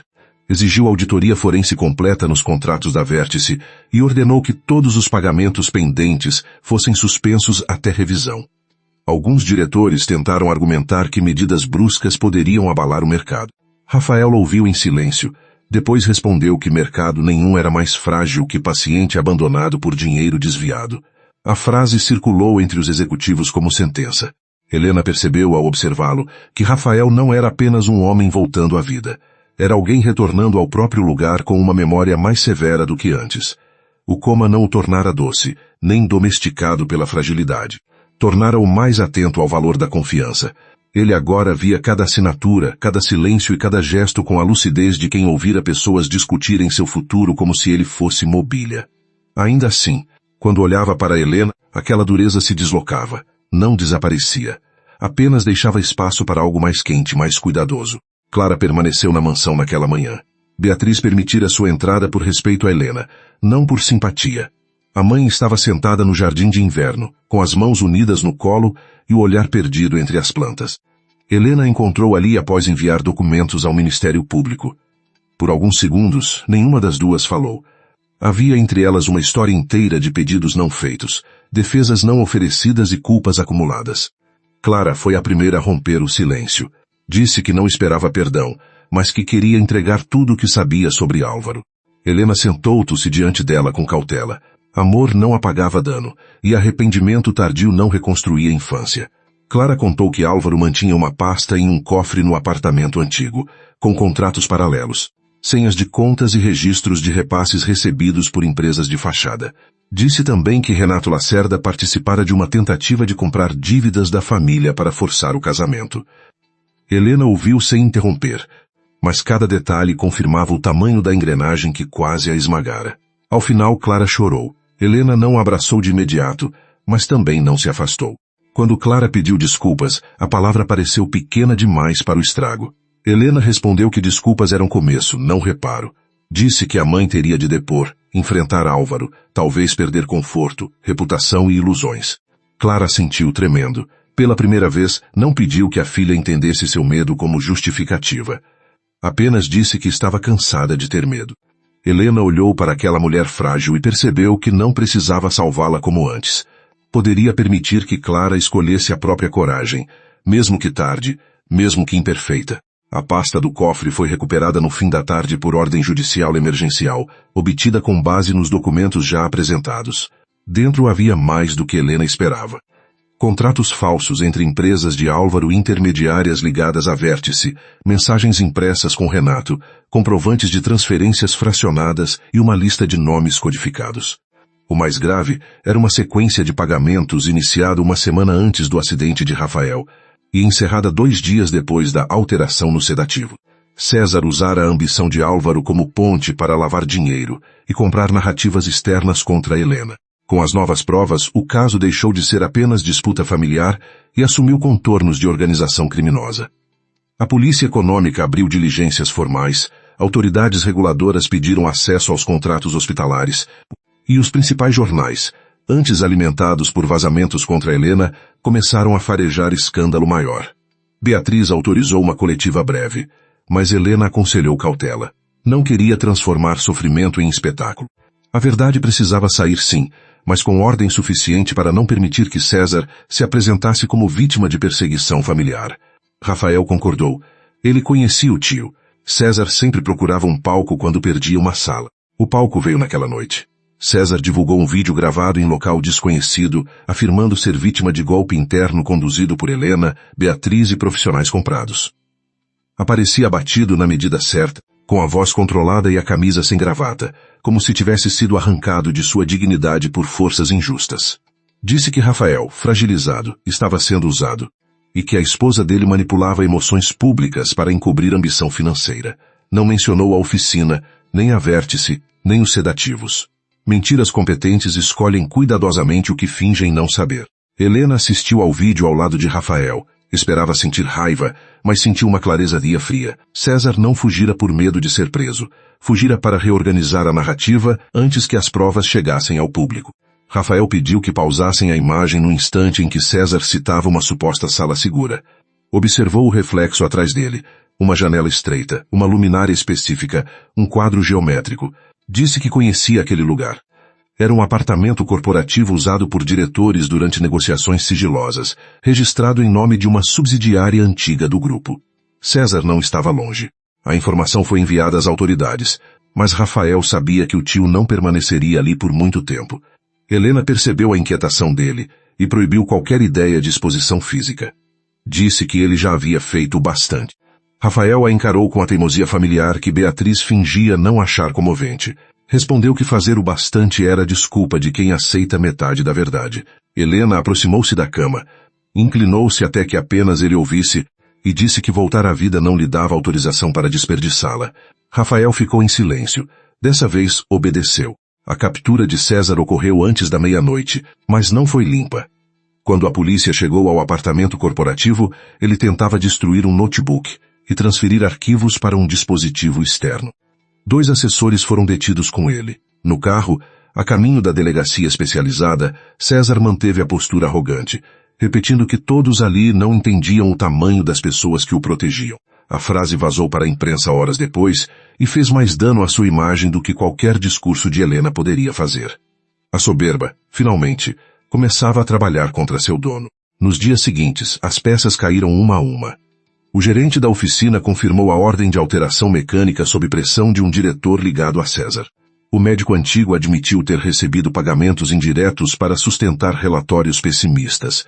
Paulo, o enfermeiro, confessou que seguia instruções para manter Rafael sedado além do necessário, alegando ter sido ameaçado.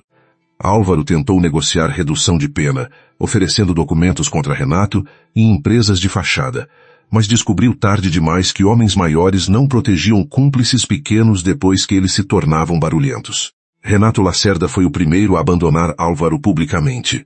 Disse à imprensa que apenas considerara uma união familiar, sem conhecimento de pressão ou irregularidades. Helena leu a declaração sem surpresa. Homens como Renato sempre chamavam violência de mal-entendido quando a vítima encontrava voz. Seu advogado respondeu com cópias de mensagens, registros de reunião e propostas financeiras vinculadas ao casamento forçado. O nome dele perdeu brilho rapidamente. Em poucos dias, investidores se afastaram, e a família Lacerda descobriu que reputação comprada também podia ser confiscada pela verdade. Rafael melhorava devagar. A fisioterapia era dura, humilhante em alguns momentos, e ele detestava precisar de ajuda para ações que antes realizava sem pensar. Helena não romantizava a recuperação dele. Não dizia frases vazias sobre força quando via dor em seu rosto.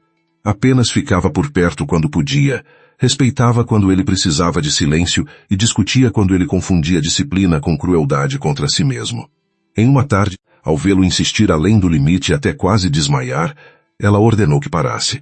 Rafael respondeu que precisava voltar inteiro. Helena disse que inteiro não significava invencível. A frase permaneceu com ele. Rafael passara a vida acreditando que competência era uma muralha sem rachaduras, no coma, descobrira que até muralhas podiam ouvir decisões alheias sobre seus escombros. Com Helena, começava a aprender outra forma de força, menos exibida, mais resistente. Ela não escondia medo, mas não se entregava a ele. Não negava cansaço, mas não deixava que o cansaço assinasse por ela. Rafael percebeu que seu desejo de protegê-la precisava amadurecer. Amá-la, se um dia tivesse o direito de chamar aquilo assim, não poderia significar cercá-la de outra jaula. A oportunidade de provar isso veio quando Beatriz sugeriu que Helena assumisse oficialmente uma diretoria de compliance no Grupo Monteiro, com poderes amplos para conduzir a reestruturação interna. A proposta era justa, estratégica e pública. Também era perigosa. Muitos diriam que Helena recebera cargo por ser esposa de Rafael, não por competência. Ela sabia disso antes mesmo que alguém dissesse. Pediu tempo. Rafael, ao ouvir, não a pressionou. Disse apenas que a decisão era dela, e que se recusaria a transformar gratidão corporativa em nova forma de dívida. Helena agradeceu com um olhar demorado. Naquela noite, ela caminhou sozinha pelo jardim da mansão. O mesmo lugar que a recebera como estranha agora conhecia seus passos. As flores brancas ainda perfumavam o ar, os muros continuavam altos. A riqueza permanecia intacta, mas algo nela havia mudado. Helena não queria mais fugir de Álvaro, de Renato, de César ou da menina que um dia esperou defesa da mãe. Queria construir uma vida onde sua presença não dependesse de necessidade alheia. Amar Rafael, permanecer casada, aceitar poder. Tudo isso precisaria nascer de escolha, não de cerco. Rafael a encontrou no jardim com a ajuda de uma bengala e de uma teimosia que deixaria Camila furiosa se soubesse. Helena virou-se ao ouvir seus passos irregulares e imediatamente estreitou os olhos. Antes que ela o repreendesse, ele levantou a mão livre em rendição. Disse que o fisioterapeuta estava a poucos metros e que ele não pretendia cair heroicamente sobre as roseiras. Helena tentou manter a severidade, mas o alívio venceu. Aproximou-se e ofereceu o braço. Rafael aceitou, não como homem derrotado, mas como alguém aprendendo que apoio também podia ser escolha digna. Eles caminharam devagar sob as árvores úmidas. Rafael disse que Beatriz esperava uma resposta, mas que ele não. Helena perguntou se ele não temia que ela recusasse o cargo, a mansão, talvez até o casamento quando tudo estivesse resolvido.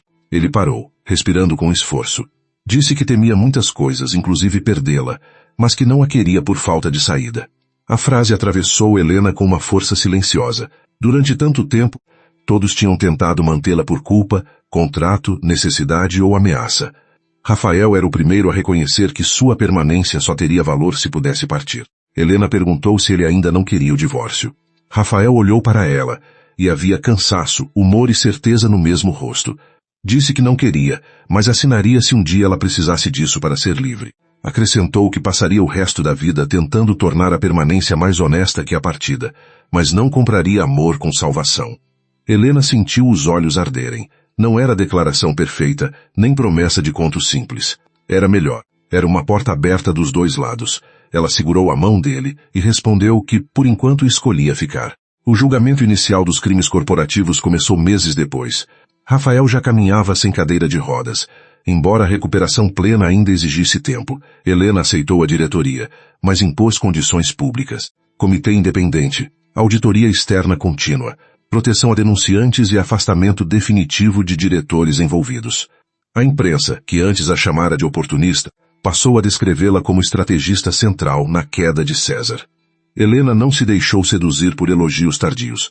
Sabia que a mesma boca social que condenava sem provas também absolvia por conveniência. Seu compromisso era com os documentos, não com aplausos. César enfrentou acusações por fraude e corrupção privada, falsificação documental, manipulação médica e tentativa de homicídio em investigação separada. No tribunal, ainda tentou sorrir como homem superior a todos. Mas o sorriso perdeu força diante dos depoimentos de Dimas, Marcelo, Camila, Clara e Rafael. Quando Helena foi chamada, respondeu com precisão.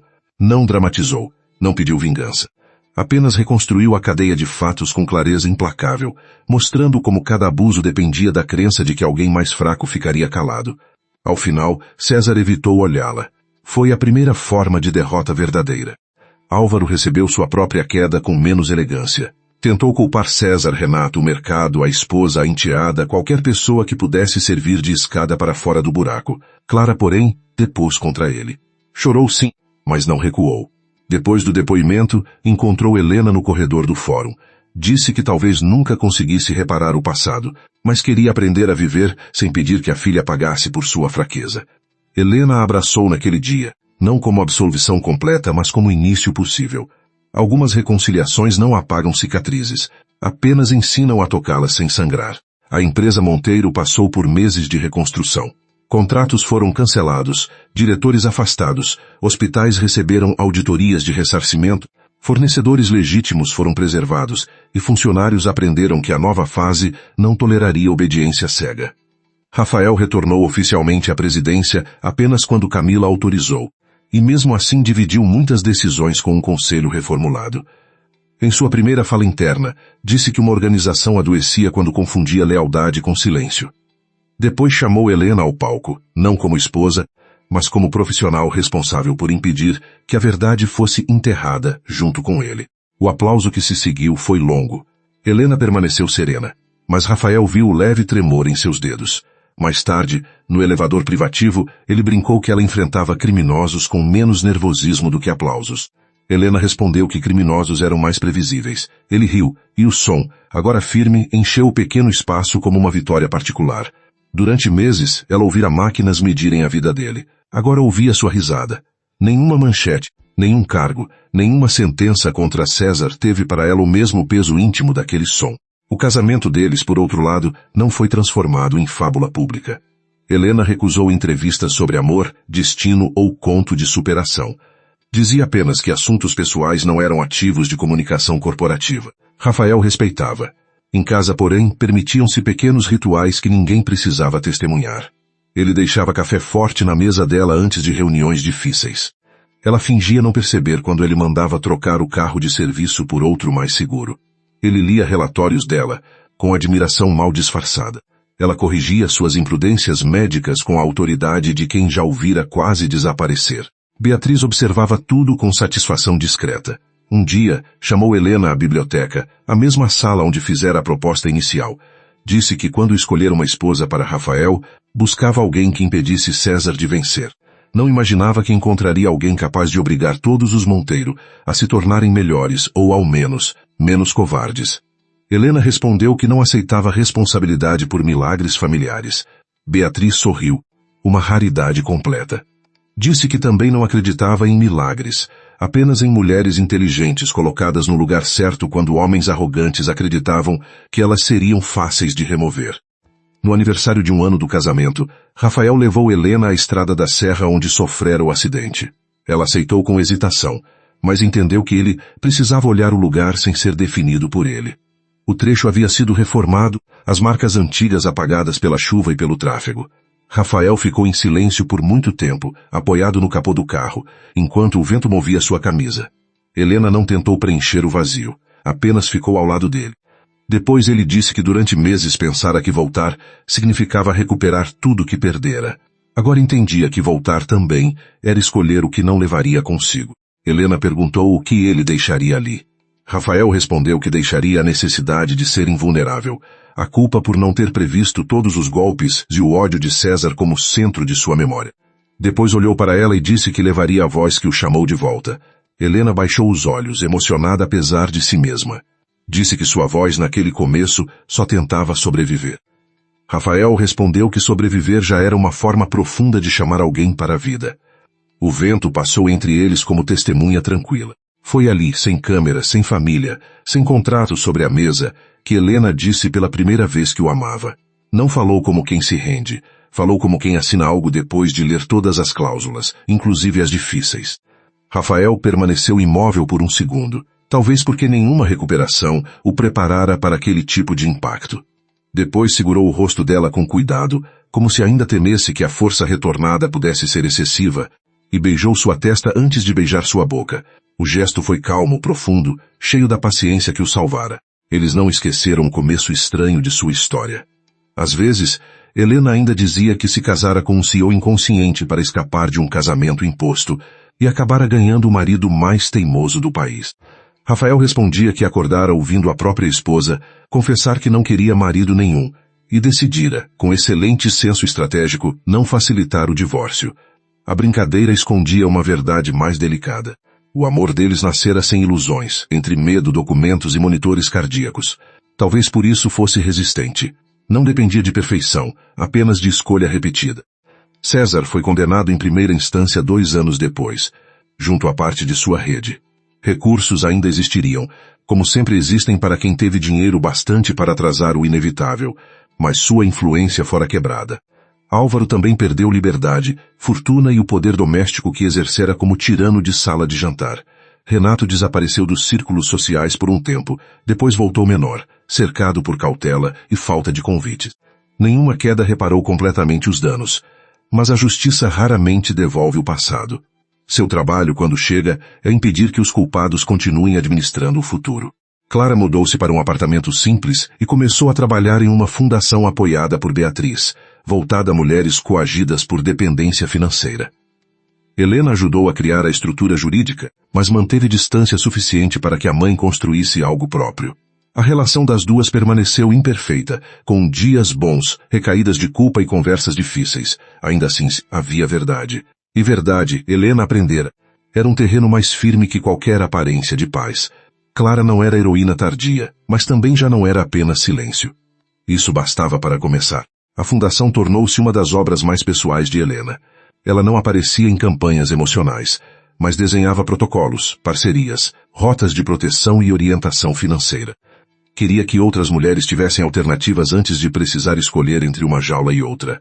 Em reuniões, era direta, exigente, às vezes temida. Rafael a observava trabalhar com orgulho evidente, e quando alguém insinuava que ela era dura demais, ele respondia que o mundo costumava chamar de dureza a competência feminina que não pedia licença para existir. Helena fingia reprovar o comentário, mas guardava um sorriso. Na mansão, o quarto de Rafael foi reformado. As máquinas desapareceram, as cortinas pesadas foram trocadas, e a poltrona onde Helena passara tantas noites foi mantida junto à janela. Ninguém ousou removê-la. Para visitantes, era apenas um móvel. Para os dois, era o lugar onde a verdade fora dita quando não havia garantia de resposta. Certa noite, Rafael encontrou Helena sentada ali, olhando a chuva. Perguntou se ela pensava no passado.